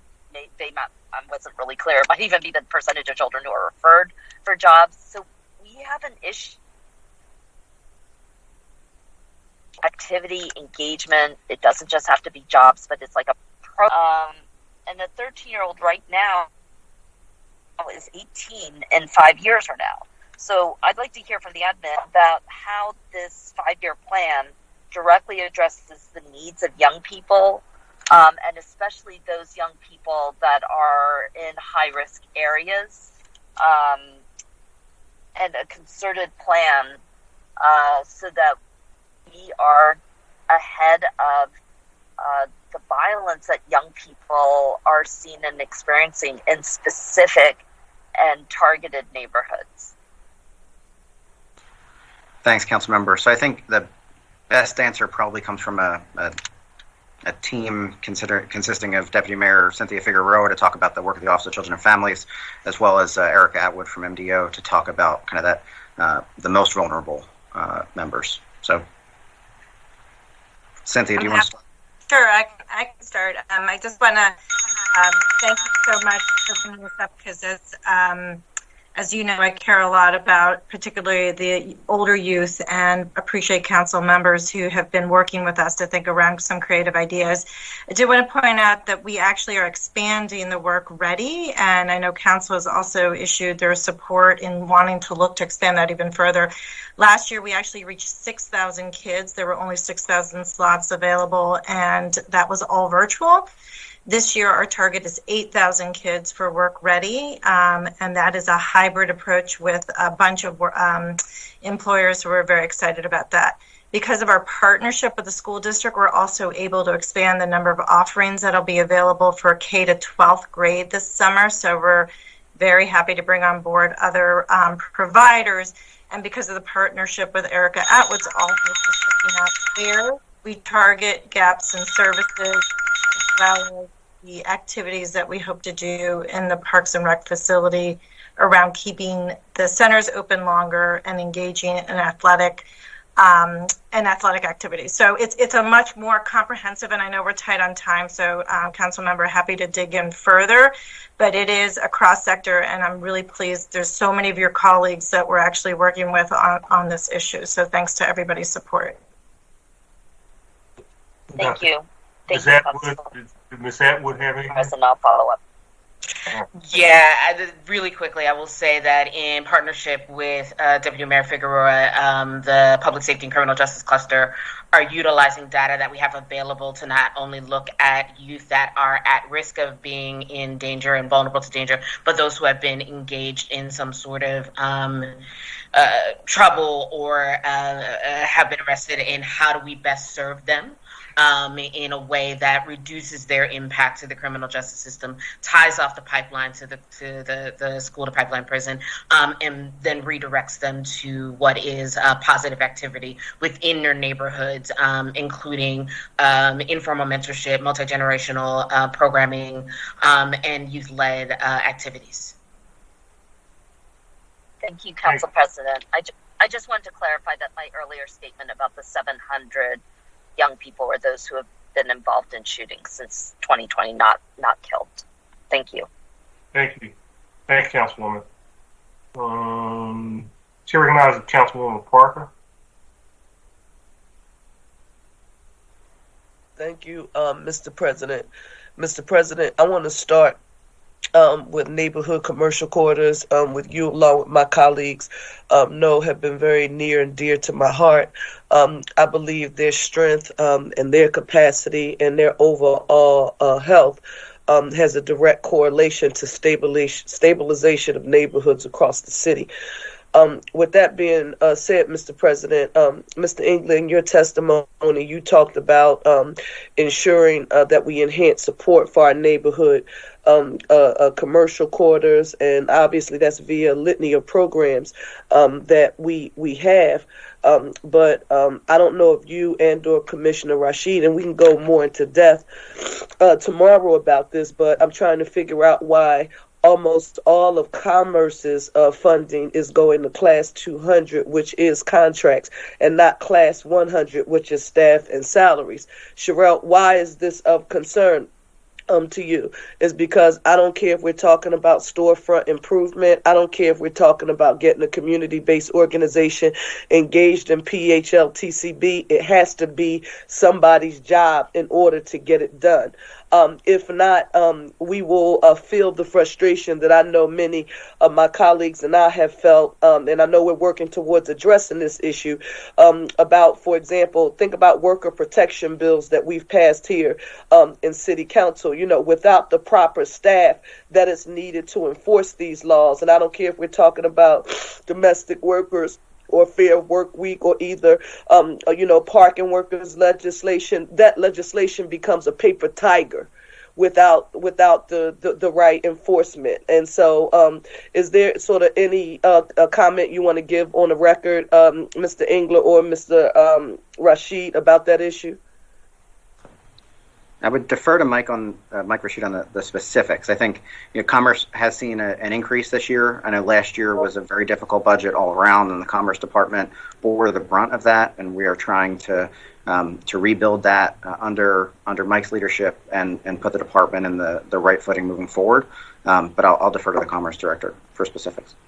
Thank you. Good morning, Council Member. As Jim said, Commerce Department lost a lot of employees last year. And in the midst of that, I have to say, coming in 5 months ago, I'm just blown away with the hard work and determination that those folks put into continuing the work of working on commercial quarters. But in addition to that, helping us and helping restaurants and other kinds of businesses deal with the evil effects of the pandemic. We have more funding this year. Obviously, we would always like to have even more funding. Our business service managers, we have about 8 of them trying to cover the whole city. But in addition to that, we fund... Director Rashid, the bell is going to ring for me shortly. I just want to note for the record that I agree with you. Commerce Department did a yeoman's job in the midst of this pandemic. But I also note for the record, for commercial quarters and neighborhoods that are not fortunate enough to have a business improvement district, that are not fortunate enough to have a big-time CDC with, several staff members doing the work, we rely on the staff in the Commerce Department to connect our neighborhood business owners with support. And so I'm going to be paying very close attention to that in the midst of this budget cycle. Mr. England, my final question is to you. When we talk about the minority business participation and women numbers for the city of Philadelphia and our procurement, can you give me the last number from our city's procurement that we've had MWBEs doing business with the city of Philadelphia? What were those percentages? Refresh my memory for me. Mike, do you have that number handy? Yeah. So I think this is the answer. Last year we spent $291 million on MB, minority and women and disabled businesses. Of that $291 million, $104 million was spent with black businesses, and about $32 million was spent with brown businesses. So when you give us these stats, Director Rashid, I need to specifically ask you, you went on the record and talked about a yeoman's amount of money that many private sector firms were going to invest or have committed to investing to doing business with Black and brown communities, but may have challenges getting them done. How are we as a city going to leverage those dollars and sort of make it, a streamlined process and make it somebody's job to assist them in that process? And how much revenue and or staff does Commerce need in order to make that happen? It's a good question. We're working hard on that right now, trying to figure that out, Councilwoman. Yeah, well, I don't want us to waste money coming from the private sector on the table. And Mr. Engler, I'll send you my final question in writing. Out of that $291 million that Director Rashid noted, I want us to talk about the industries where we have contracted the most with Black and brown firms in particular, so that we can have a strategic plan to figure out how we can strategically direct more dollars, our procurement dollars, into other industries for that constituency. Thank you, Mr. President. Thank you, Councilwoman. Thanks, Councilmember. Just for the record, because of the condensed nature of our budget hearing, we're going to do a couple of things a little bit differently. Just primarily for members of the administration. There will be a lot of questions that we will have that will be forwarded to you all during the course of this process, but we just don't simply have enough time in our normal process. And there will be some time built in. Mr. McDermott has built some time in for callbacks. So those responses, one will be forwarded via email or however. Two, please be prepared for callbacks, and that's from Mr. Engler on down throughout the government. So while a number of members seem a little rushed in terms of trying to get their questions in because of the time, don't want members of the administration to think that you kind of like take a break. I'm out of here, right? It's more than likely you will be back. Thank you. Councilwoman Brooks. Thank you, Council President. To that point, I'll ask a few of my questions and we'll send the rest in writing. In the testimony, this is back to Eleanor, I'm going back to my original line of questioning. In your testimony, you mentioned the amount of recommended new spending in this year's capital program budget is limited, despite the fact there remains a lot of documented need. And it's my understanding several departments requested funding for capital projects this year, but were denied funding. So I'm hoping for some insight on how the administration balanced their capital funding decision from a racial equity perspective, and what percentage of the capital program would you say is directed towards projects that would address the racial equity divide? Councilman, good afternoon. Eleanor Sharp again, Executive Director, Philadelphia City Planning Commission. I can get you specific numbers of breaking out what we think is directed to equity, but in the entire process of putting this budget together, that is an underlying lens that we took, and we passed on this requirement to all the departments as they were making their requests to justify how this can help to alleviate systemic racism and how this can move the needle forward to a more improved society. To the extent that most departments were able to do that, they expressed this in their proposals to us, and we considered this as part of our determination of what gets funded. Unfortunately, the need is so great that every capital budget that we have, never ever are we able to fund every request, which is why the difficulty happens in a trade-off of what we can fund this year, this budget, this period, versus what we can put on hold. And we tried very hard. So we added the lens of deferring to ensuring that it was from a racial equity perspective. We also worked with the Mayor's Office of Diversity, Equity, and Inclusion, who were part of our conversations, all the conversations, and attended the meetings.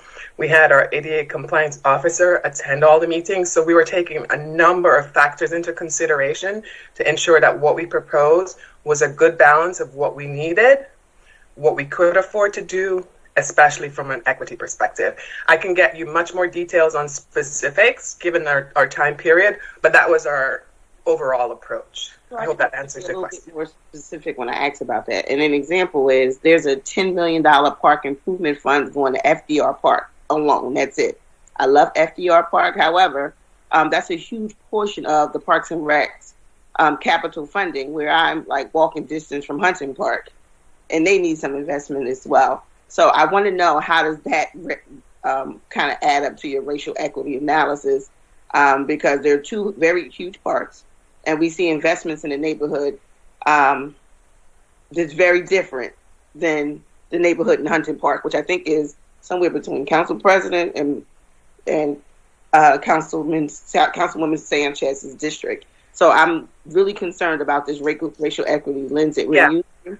Sometimes on the surface, it's hard to unpack, because a lot of times we will fund things that we know we can leverage to get additional funding. So even though there's other parks that might be in need, there's an opportunity here that if we fund this at X amount, then we can leverage 10 times that amount to make this improvement. And FDR Park, we consider it as part, it's a multi-use park by a lot of ethnicities that do take advantage of the park. So that's just in terms of an example. So one of the factors we do is like, how far can the money go once we put this investment in place?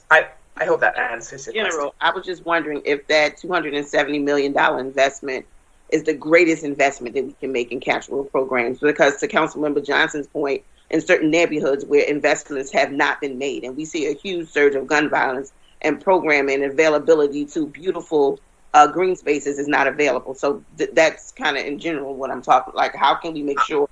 I failed to mention that another layer that we are, and we don't have all this information, which is why we can't present it, because we're taking a citywide look.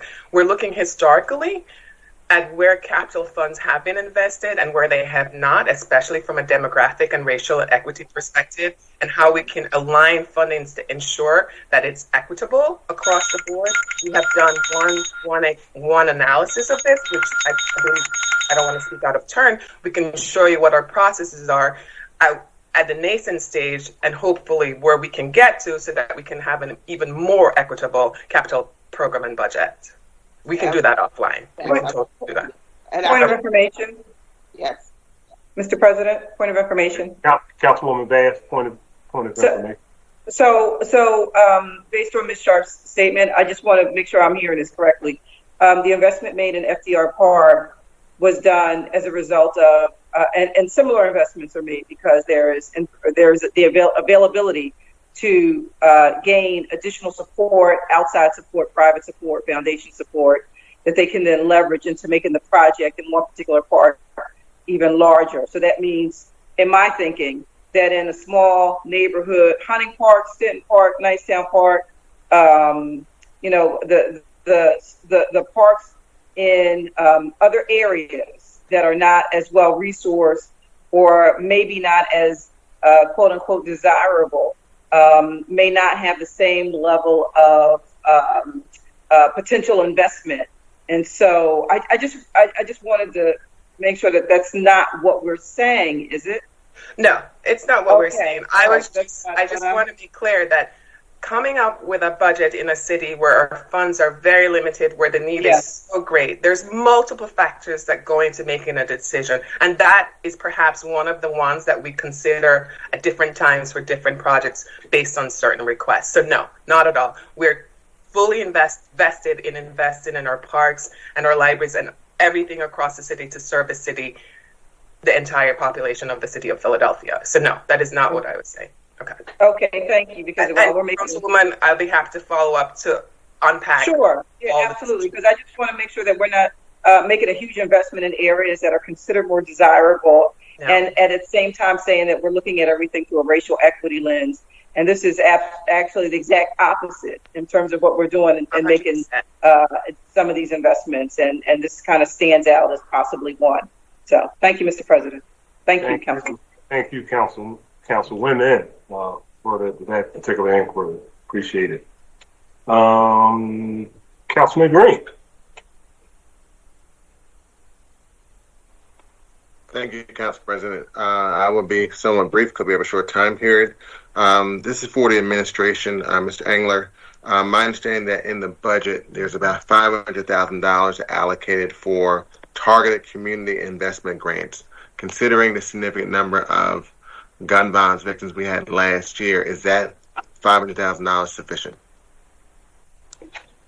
So I'll turn it over to Eric Atwood from the Managing Director's Office to talk through that program and where the dollar figures landed. Sure. Thank you, Jim, and thank you, Councilman, for that question. I will honestly say that there's probably never enough money to invest in community organizations, and at the risk of getting myself in trouble. And I would say that we will properly utilize the $500,000 that we do have invested, but continued investments will sustain the work of the interruption of the cycle of violence. If we invest more in communities and those who are at the apex of the violence, we will see sustained change. Hey, Councilman, just to add on to Erica, really brief, that $500,000 is on top of the $500,000 base from last year's budget, so that brings it up to $1 million, and it also doesn't account for any new normal money that may have been put in towards the fourth quarter of this current fiscal year. That also we'll be working hard to try to get out the door as well. Totally understand, but I think members of council will make other adjustments to the budget because that is not a significant enough amount of money. We're going to really address gun violence in the city. Also have a question in reference to how we bring back hospitality and tourism and marketing. I've said on various occasions other cities are already advertising in the city of Philadelphia. I did a tour with Leslie Richards at SEPTA and saw Visit Baltimore signs at our new renovated 5th and Market Street location. So what type of dollars are we investing in regarding hospitality and tourism to bring back those industries in the city?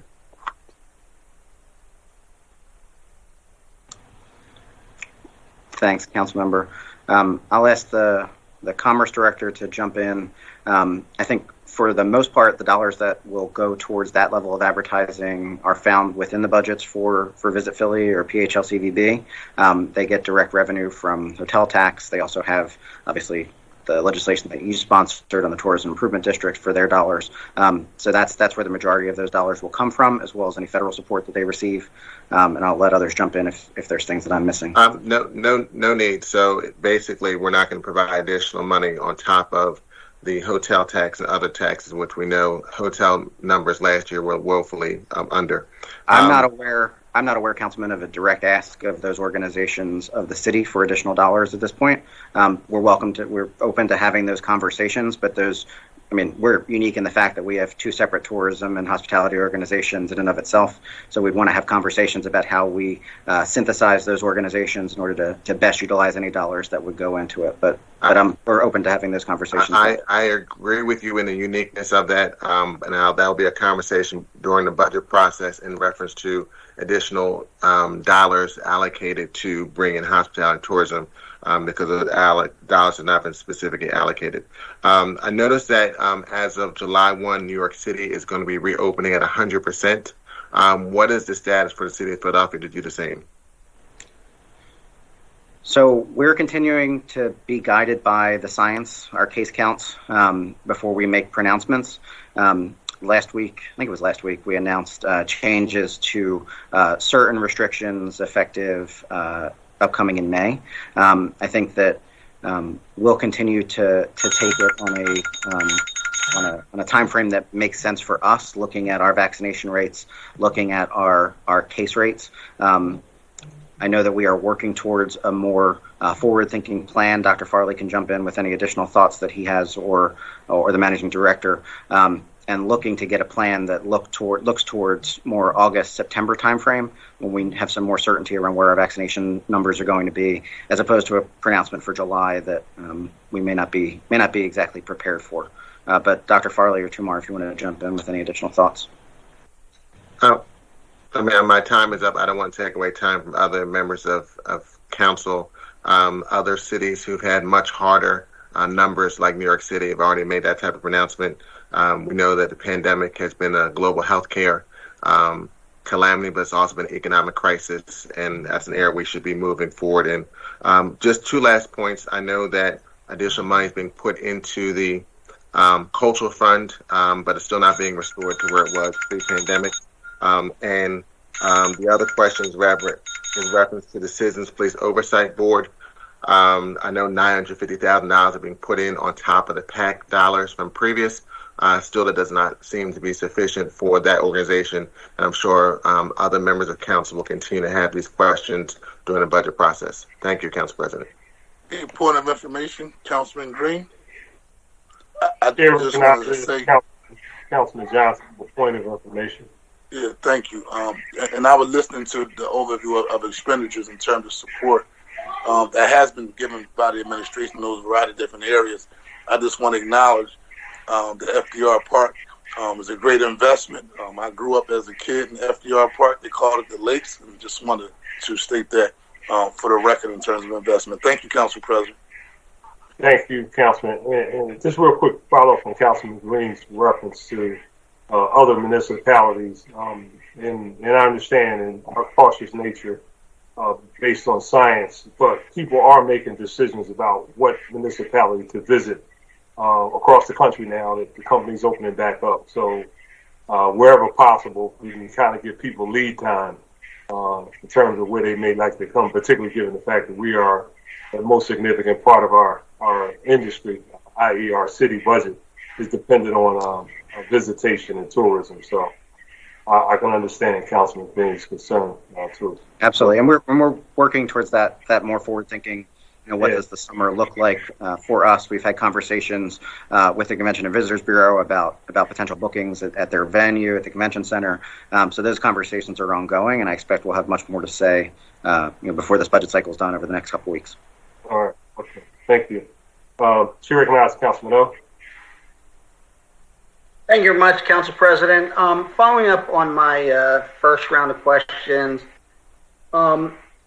has the administration met with, interviewed any technology providers around products and services that remove COVID-19 from the air, that type of thing?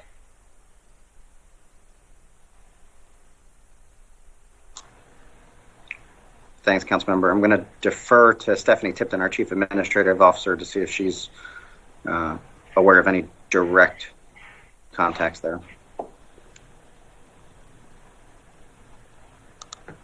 Thank you, Councilman O. Stephanie Tipton, Chief Administrative Officer for the City of Philadelphia. I am not aware off the, just top of my head of things that we have looked at, but I can certainly confer with our team and IT and to see if there's been some discussion or in the air of their printers, North is doing the same manufacturers of manufacturing areas are doing the same thing. The ionizers are not connecting to real testing. They initiate hospital years is really no trace on these. They do a very 99.89% removal of COVID-19. And there's also scanners. This Friday at our Creative Arts Economy opening hearing, we'll have some testimony around technology, including 2 scanners, one that does eye and throat, the other that does eye. They are above 92%. Will tell you if you have COVID, one in 3 seconds, the other in 10 to 15 seconds. And the reason I bring that up is because the opening of Philadelphia, it would occur to me, the city has got to purchase or decide if it's going to purchase these type of technologies to install them in our prisons and our buildings and our services. Then there's the issue of tax incentives or credits for our businesses, grants and loans, the purchase of product for installment, the purchase of services if we don't install, installation. So I think that has to be part of reopening our city and part of what goes into our budget process. And on a final note, I will say that the science is determined by the CDC. We have infectious disease experts in this nation. They are determining what we do. The state has infectious disease experts. They set the guidelines. We should be following those with some minor variations. So it is, if you follow those guidelines, predictable. But if we don't have any place in our budget as to how we're engaging with our economy, private, our institutions, our nonprofits, all of that, and our city itself about deploying this technology, I'm not sure how we're actually planning to reopen the city. Thank you, Council President. Thank you, Councilman. Okay, well, look forward again to that information about that new technology, Councilman. I tell you, yes, really caught my eye on talking about that Thursday and today. Chair recognizes Councilwoman Fernanda Sanchez. Thank you, Mr. President. And for the purposes of time, I'm like you, I'm going to try to submit stuff in writing so that it is easier. There's one thing that concerns me as we talk about some of these investments, what I like to consider investments, and Jim, can you speak to me, what was the matrix around equity lens, instructions, guidelines that you gave to departments as it related to their making decisions? I always am troubled by the fact that we plan for what we have, not what we need, but we're never going to get to what we need if we don't know what that is. And being able to have an honest discussion, given the infrastructure investment potentials, would be huge, right? If we have 50,000 potholes and we're budgeting for 20, we can expect people are still going to be pissed off at us about the potholes. I mean, so tell me what what was your directive to folks around an equity lens? Sure. So I think our directive to departments was to look at all of the expenditures that they have, what they're proposing as part of this budget, and use our equity tool in order to score those things. So Marissa can speak to how that works in the budget process. There's also a racial equity planning process that 10 departments are going through right now with a consultant looking at our historical practices, policies, and procedures, and how they have contributed to racial inequities that we have in our city. The mayor's office is part of that. We're part of the first cohort, and we're going to talk this week about the next 10 departments that'll go through that cohort next year. So that's also an ongoing process. You can expect to see those plans from each of the departments as we get towards the end of this fiscal year, and implementation of those plans starting next year. So not only is it identifying those historical policies, procedures, and practices that have contributed to inequities, but also how we resolve them and how we bring true equity to those operations. But I'll let Marissa talk through kind of the racial equity lens process for this budget. Great, thank you, Jim. So Can you let me know voice, Marissa, fast? All right, I'll go fast. You'll still have 3 minutes left over. So we have two approaches. One is change the process for who is involved. That matters in terms of inclusivity and diversity. And so we wanted to expand who has a seat at that table. There were a lot of different ways we did that with external folks, focus groups, surveys, also internal staff. But we stood up a budget equity committee by the Office of Diversity, Equity, and Inclusion. That was folks in the administration who reviewed all the requests from departments about what they would want to invest in, also reviewed all of the potential cuts, and gave feedback using a racial equity lens. And the things that really bubbled up there about where was most important to invest in, those wound up in the budget: the 911 triage, the mobile crisis units, restoration of 5-day-a-week library services. And they told us, where it was really important not to cut back, what we shouldn't touch. And that was really helpful. They're getting that information out of departments so that more diverse group could weigh in. Every department was asked to answer a series of questions around racial equity for their status quo budget, for any new request of funds, and a series of questions for any cuts. And your question of, what are we planning for this year? We really made it was necessary to both ask departments, here's what cut scenarios you might face: 5, 7, 10%. And honestly, if we hadn't gotten the ARP dollars, 10% would have been not even enough. But we said, at the same time, ask us for more anyway, because we know you might need to reallocate. You know that priorities have changed in the past year. And so you'll see there's a number of departments that maybe saw some reduced funding in some areas so that we could push new investments in others. We didn't just assume dialing up or down, but also those swaps. And so that's part of how we did the racial equity approach. We tried to, when we asked questions, I want to thank Sammy Jara from Health, who's no longer with the city, had really a great way to think about, when departments were responding, is it something that is anecdotal belief that it'll have a positive or negative impact on racial equity, or do you have data-driven equity, evidence-based models? So we used all of that. You didn't do like your Latina voice. I failed. You're going to take that back. No, I appreciate that. And as chair of appropriations, I really would like to meet with the budget equity group. And let me tell you, and we'll send this matrix over. For me, an equity lens is, how's your department going to impact poverty reduction as it relates to blight and quality of life? All of these factors we know impact public safety and gun violence, right? What are the efficiencies to their current mode of operating that lead to potential new reinvestments? Access, real access. I have a real concern with the limited number of language access plans and, a real sense of that. And then what is the cost of doing business, right? In our capital expense, project management, timeline, soft costs, overruns, and I used the water department, which we are going to have a hearing on, as a perfect example. The water department is a department that could impact people's quality of life, but also invest strategically in our infrastructure. And I heard Commissioner Carlton Williams talk about the $8,000 curb cuts. I'm looking at, why can't this be something that is shared with our water department, since it's tied into our inlets and our stormwater management? So we'll send over this matrix. But again, poverty reduction, every single department should see themselves and have a goal and have an investment about their role in that. Thank you, Mr. President. Thank you, Councilwoman. Chair recognizes Councilwoman Gilmore Richardson. Thank you. Thank you so much, Mr. President. Like you, I will also offer additional questions in writing. I did have a few more questions around workforce development. I'll start now with the environment and sustainability. So your testimony says that you will ensure that all city agencies are responsive to and are in compliance with the direction set by the Office of Sustainability. How do you do that?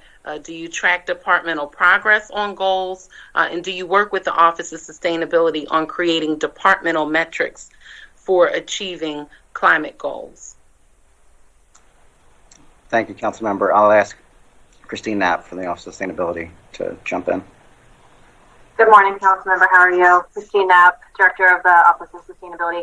Yeah, we meet with city departments regularly in service of meeting the Greenworks sustainability goals and our climate goals.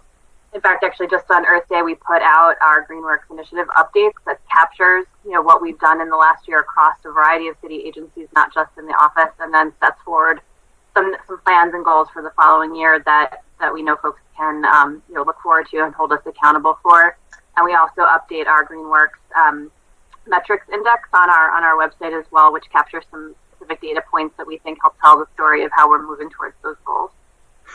Great. So I'll be specifically interested in, at a later time, because I don't want to run out of time, how you all take a proactive role in getting departments to really collaborate with you on climate action and what that really looks like across city government. Quickly, this year, the mayor updated the city's carbon emission reduction goal to net zero by 2050. But we noticed in the budget that the only additional investment in that office, according to the testimony, is $50,000 to support municipal energy audits. So with a significantly larger commitment on climate, why is there not a more serious investment to ensure that we really meet the goals that the mayor has set forth for us? Sure, I can jump back in there. So yeah, the goal is significantly more difficult to reach, but some of the biggest help that's going to help us achieve that goal comes from the federal level. And I won't show you the chart because it's too wonky for right now, but we basically charted out in our new climate action playbook how we get to 2050 to carbon neutrality, and all of the actions that the city is currently taking and plan to take, how those all stack up. And there's still a pretty significant gap in how we get there. But if we factor in President Biden's goal of a carbon-free electricity grid by 2030, that gap significantly drops, right? So there's some pretty big moves at the federal level that we think are going to help move that needle even further while we continue to move along the work that we have to do at the local level. Okay, that's great. So really looking at a more intergovernmental approach for our ability to achieve the goals that the mayor has set forth. Okay, thank you. And then I just want to circle back to a line of questioning that Councilmember Gim had around support for our youth in Philadelphia. And I had my team pull up the data around the number of young people under the age of 18 who have been shot or in some type of criminal incident in the city of Philadelphia. And we found that 58% of children who are shot between the hours of 6 p.m. and midnight, based on the data we received from DIVIC. So, and I know we've been having these conversations and already working with some of our partners in the admin, but I wanted to get this on the record around the administration's thoughts for curfew centers to be sort of an access point in communities to provide resources to young people during the most critical hours for them, particularly as we move towards the time when school will be concluding and we'll be moving into the depths of the summer months. Thanks, Councilmember. And I know Deputy Mayor Figueroa had a presentation for council members last week on summer planning. I let her jump in here with any additional information she'd like to add. Yes, and I just wanted to get that on the record because, you know, we're partners on this and we're working together, but I just wanted to underscore and highlight the importance of this issue for the budget hearing today relative to the investments we'll need to make this a reality across the city, but particularly in the areas where we've seen the most amount of gun violence, which are, again, those areas that you all have been talking about around the whole racial equity lens and investing in communities that have historically been disadvantaged. So I just want to echo that the council members' point, her strong leadership and clarity on this issue that we're partners. And I don't want to take more of your time because your bell has rung. We have a lot of work to do, but I think we're getting to a place where, you know, from an asset space, how do we get kids into centers and how are we supporting, you know, everything. So I just thank you and thank Councilmember Johnson for your leadership on this. We're in it together for sure.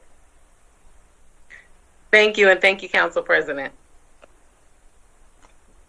Thank you so much, Councilwoman. Chair recognizes Councilman Heenan.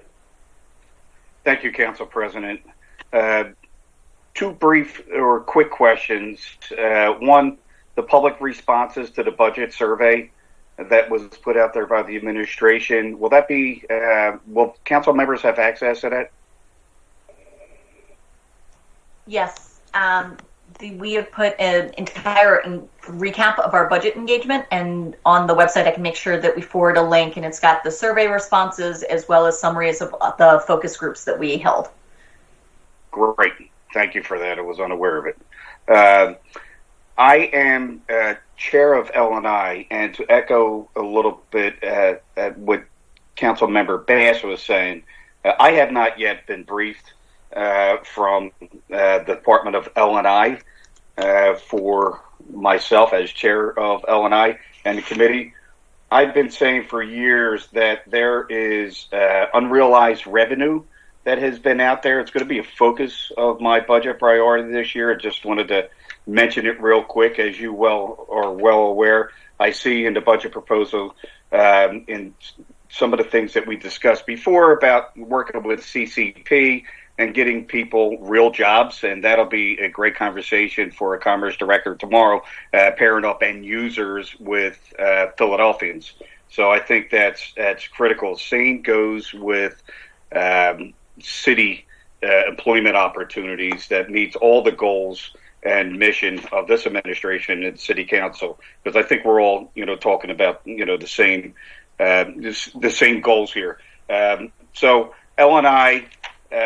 With unrealized revenues, fees, and licenses and permit fees that are collected is in the tunes of tens of millions of dollars. And we're talking about programs and focuses for our city today in today's budget. I'd like to readdress that, during this process. Our budget director had mentioned about non-resident tax revenue that we're getting from people who work in the city of Philadelphia in the tunes of tens of millions of dollars. So that made me think, So I'd love to continue that conversation publicly and privately as we go through this process.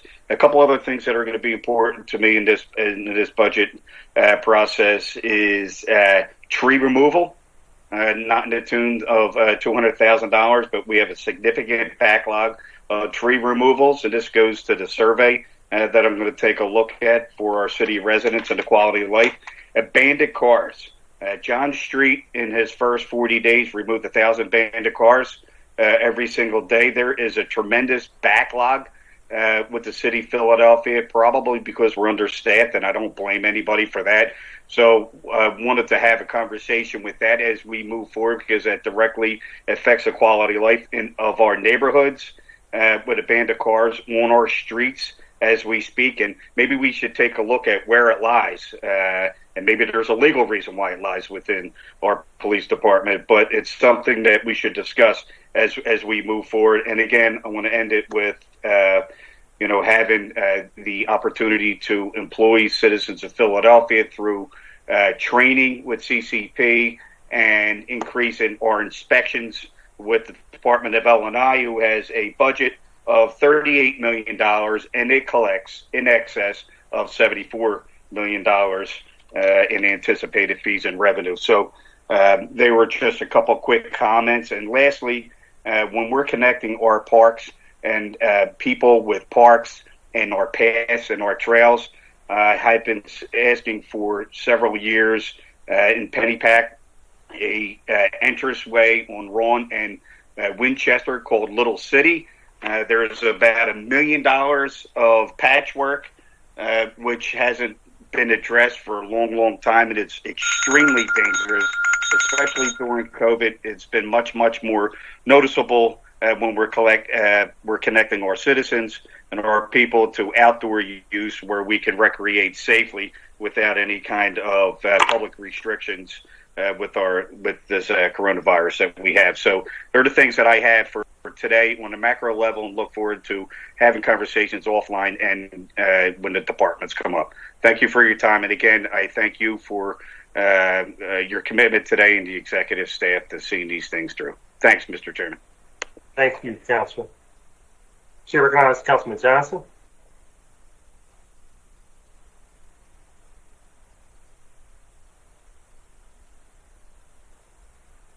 Councilman Johnson.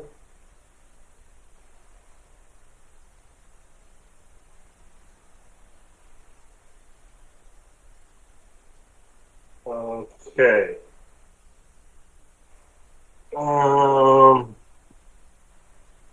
Chair recognizes Councilman Thomas.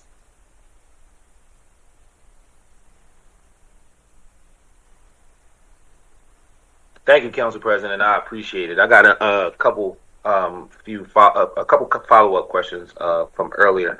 I want to first, some of my colleagues talked about gun violence. I agree with them as it relates to how we allocate those dollars and more money to be able to address this issue. But on top of that, I know that there are issues as it relates to policing and technology issues around hitting runs, around forensics and things of that nature. So I'm wondering, what is the administration's plan as it relates to dealing with the overtime issue and some of the spending issues, while simultaneously not having all the things that they need to be able to address some of the gun violence and crime in the city? How does the administration plan to balance that? And if we could be brief in the response, that'd be appreciated, so I can get two more questions in before my time is up.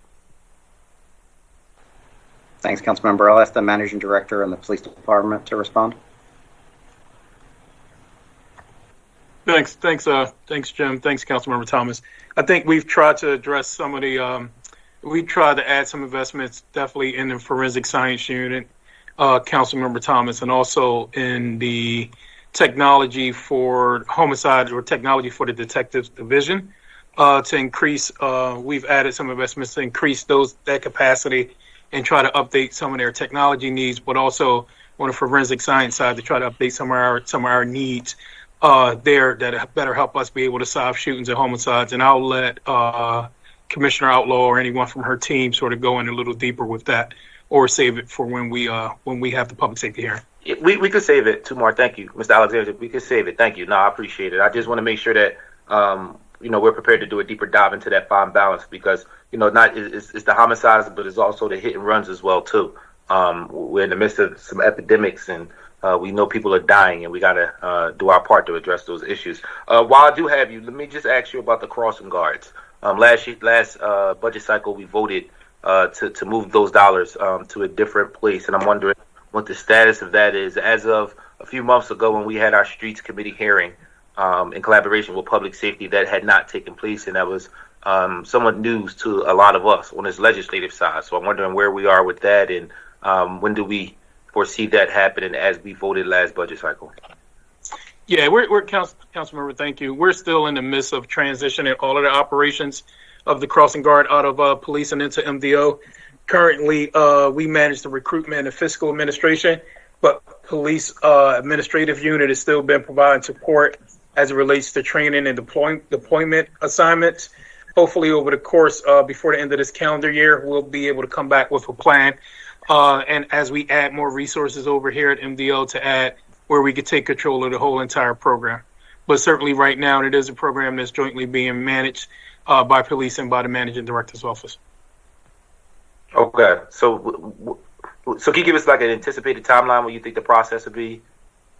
Yeah, I'm making a commitment, and my folks are in my office already frowning at me, making a commitment that by the end of the calendar year, we'll be able to have that where we think we'll fully be able to staff it and support it out of the managing director's office. But one of the big things we didn't want to do was, negatively impact the lives of those employees by dropping the ball on any of the activities that's needed, whether that's their training, certainly the uniform purchasing and all of the backdoor administrative functions that go into sort of managing that program.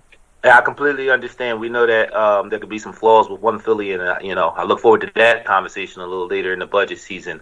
But yes, okay, thank you. We appreciate it, Mr. Alexander. The last question, I think Councilmember Green alluded to this briefly, is actually around police oversight committee. I think that you guys allocated or proposed $1.9 million. I'm wondering where did that number come from? And how do we think that will be enough to assure that the Oversight Committee has the proper team it needs? Thanks, Councilmember. I'll defer to Managing Director again. I think we're still in discussions with Councilmember Jones and other members of Council about the exact form and function of the new Police Oversight Commission. But I think Tumar can speak. Yeah, thank you, Jim. Councilmember, that Jim's response is the actual answer. We have a work group consisting of members of the administration and also members of City Council and others. We're still in the midst of finalizing those conversations. I know someone mentioned earlier on around the budget around that. I think our agreement and our sort of working practice is that we know that budget over time is going to have to grow. So we wanted to at least put a placeholder in for this fiscal year's budget to sort of reference and acknowledge the growth of what that organization is going to look like. But I know there's a hearing coming up May 17th. So our staffs are all working together to sort of finalize what that legislation looks like and any amendments that may be needed. Thank you. Thank you, Council President. Thank you, Councilman. Chair recognizes Councilwoman Bass, and then I believe Councilman Johnson is back on after Councilwoman Bass. Thank you, Mr. President. Just a couple more questions. I wanted to follow up on rebuild and the amount that we've spent. Can the administration give an update as to the amount of money that we've actually spent out of the rebuild budget on projects and what projects have been done? Thanks, Councilmember. I'll ask Kira Strong, the Director of Rebuild, to answer that.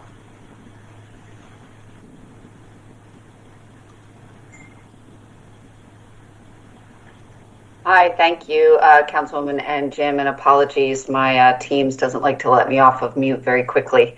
Councilwoman, we have spent just about $30 million of funds. We have completed 5 projects in totality, started 16 projects in construction in the last fiscal year, and have about 19 construction projects slated for fiscal year 22. And certainly happy to sidebar with exact specifics of the exact projects. So question. So rebuild was supposed to be a 7-year program, and we're in year 4 now, I believe. Is it 4? Yeah, 4. At the end of this budget season, or fiscal year, it'll be 4 that we've actually been in rebuild mode. So is it still a 7-year program? Because again, we found out now it's a $400 million project. We've only spent $30 million. So are we on track? To me, it's clear that we're not, that this is a 7-year, $400 million project. We issued our bonds in November of 2018. So that's when we had the funds to really begin moving on projects. And our goal is to launch certainly every project before the end of this mayor's term. So we should be able to have every project moving at that point. Okay, it doesn't seem like it, because that's about 2 years away or so, right? So it just doesn't seem like we are on track. I don't know how you can jumpstart it to get it on track to be done, or to at least everything be in the pipeline and under construction before the end of this mayoral term. But, clearly we're off course. So if the administration could get back to the council president and the members with a plan before the end of this budget season that will detail how we are going to make that happen. How is that going to happen? It's just not going to happen on its own. We're going to have to figure it out. So I think if we can figure that out, that would be great. Sure. Councilman, I'll also note that there's pending legislation. There's a pending program statement that's been presented to City Council that we would need action on from City Council this spring as well to effectuate kind of the next round of borrowing and the next expenditure of those dollars. So this will be a continued conversation we have through June to hopefully have the passage of that legislation to continue to move the project forward. Okay. Yeah, I'm sure that's not going to be a part of the issue of moving us forward. And of being on track. No, and I don't mean to say that there's any holdup from City Council. I just mean it to say that we will be required to answer all of those questions in relation to that single piece of legislation. Okay, I just wanted to make sure we weren't, in your way. Not my intent. Not my intent anyway. That's the way I took it, right?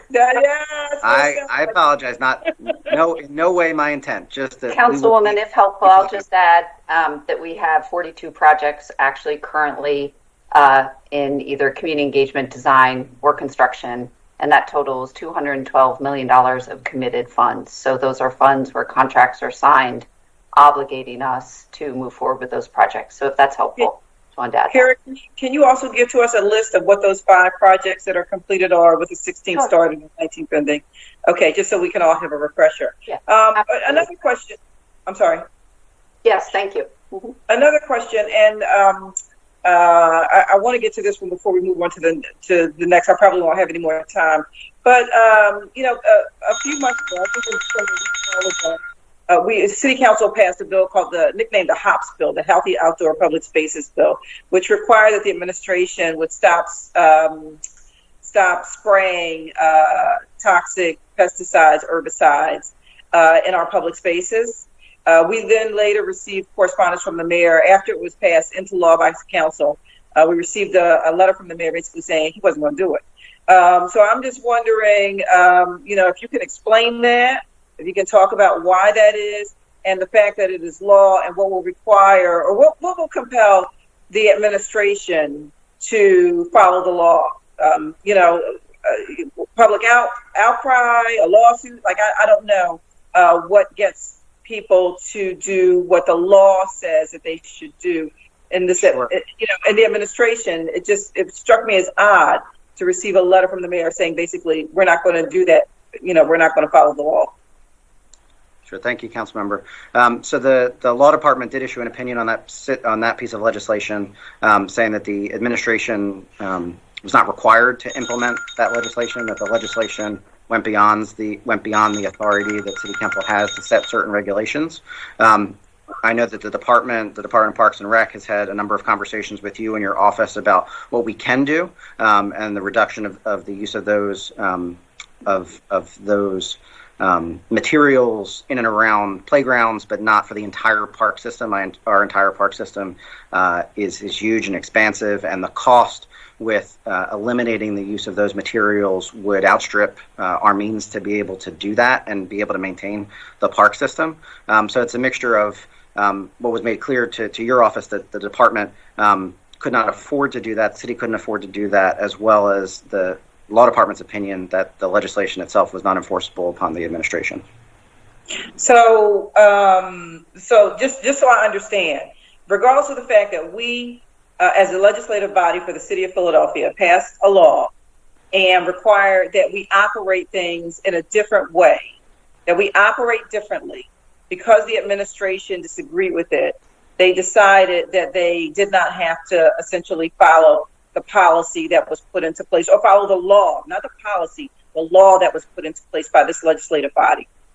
So what the law department has opined for decades since the initiation of this home rule charter is that there is certain authority that the legislative branch has and certain authority that the executive branch has, and this legislation went beyond the enumerated powers of the legislative branch and ended in the authority of the executive branch to operate that department. And the administration has decided that we're going to make certain changes to our operation, which again were made clear to your office, but that the legislation as a whole would not be implemented, again due to the cost of implementing it. It would outstrip our means to be able to actually operate the park system without the use of those materials.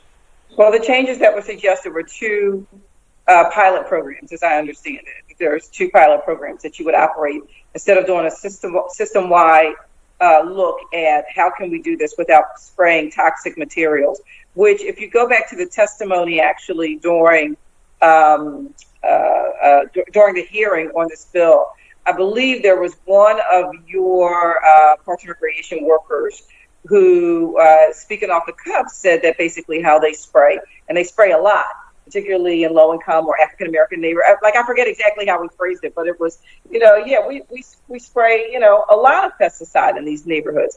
And when the administration continues to talk about doing things through a racial equity lens, we have to look at why we are not doing things that are going to make communities stronger, wholer, healthier. We just can't, you just can't throw out there racial equity lens without doing the work behind it. I appreciate your point of view, council member, and I think we are making a number of key investments to advance and achieve racial equity for the city. I think in this particular case, the Parks and Recreation Department has had a number of conversations with you and your office about the means that they have in order to not use those materials and what it would mean for the park system to not use those materials. And I think that's where we came out with, trying to advance some projects that would not use those materials, but not take it system wide. Well, I think, you put your money where your mouth is. I mean, if it's really a racial equity lens that you're concerned about, and you talk about high rates of cancer, high rates of respiratory disease, all these maladies that affect, people who live in low-income communities, these health issues that are very serious, that are chronic health issues that are happening all over the place, you cannot say that you're looking at this through a racial equity lens and at the same time continue to do what you've been doing as a result of it costs too much to make sick people healthier or to do things that are going to help people who are sick or who are immunocompromised or who live in a community that is environmentally challenged. You cannot continue to say that and then not do the work behind it. Mr. President, I'll come back around. I know that the bell is rung. I'm going to be respectful. I'll come back around. Yeah. Thank you. Thank you, Councilwoman. Councilman Johnson, you back connected? I'm back, sir. Yes, Okay. Absolutely, Council President. We're going to do Councilman Johnson, then we're going to take a break. But go ahead, Councilman. Sure, Council President, and I'll be brief. I just wanted to go back, Jim, to the wage tax cut, just to get an idea of the estimate amount of economic stimulus benefits that will come from the wage tax, and how do we come up with that actual estimate. And then the second part of the question is, usually when we're doing these type of universal tax cuts, right? Those who make the most usually benefit. So how will we make sure it will be equitable across the board as well? Sure. Thanks, Council Member. I'll ask the Budget Director and the Finance Director to jump in with those specific questions. I did want to note that I appreciated your tie choice today, our matching combo. Absolutely. Great minds think alike. I'll defer to the Budget Director and the Finance Director, please. Sure. Great. Thank you. So what we do is we work with our outside econometrics consultants who help us understand the impacts in terms of the growth of the base and what's expected over time and how that factors in. There have been several different models done over the past 20 years that showed, this much of a wage tax cut equals this many jobs. Always weighted heavily that the non-resident cuts actually create more jobs in the city. We didn't update that model necessarily for this year, but what we can do is pull some of those prior models and share that back with you so that you have the general ratio of this is what gets us that. Okay, and also, can I ask what consultant firm are we using? We use a firm called data for these models. Yeah, we use IHS Markit. They're an international econometrics firm. They have a number of government clients. They also do the revenue estimates for the Commonwealth of Pennsylvania, which gives really good sort of integration in terms of we share a lot of our data with them. They also see a lot of state data.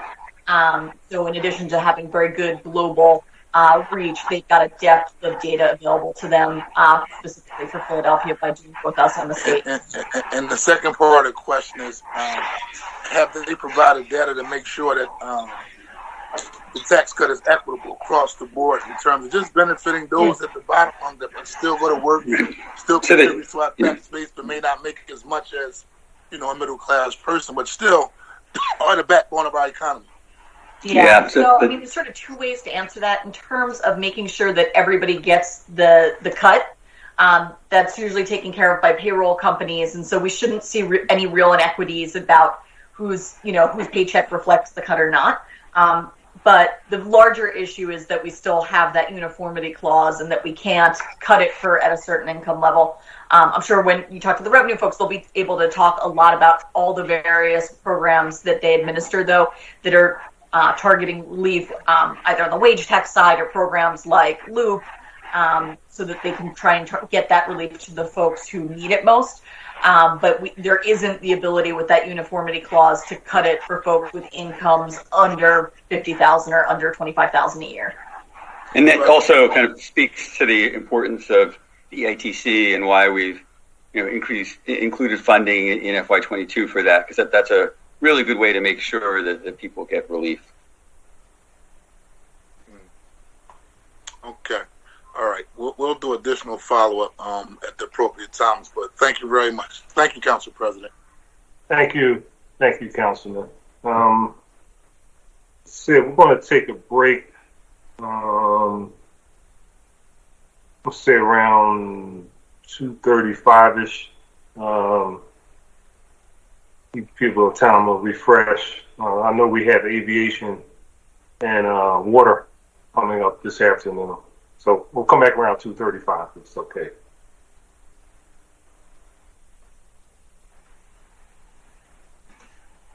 Thank you. See you guys in a little bit.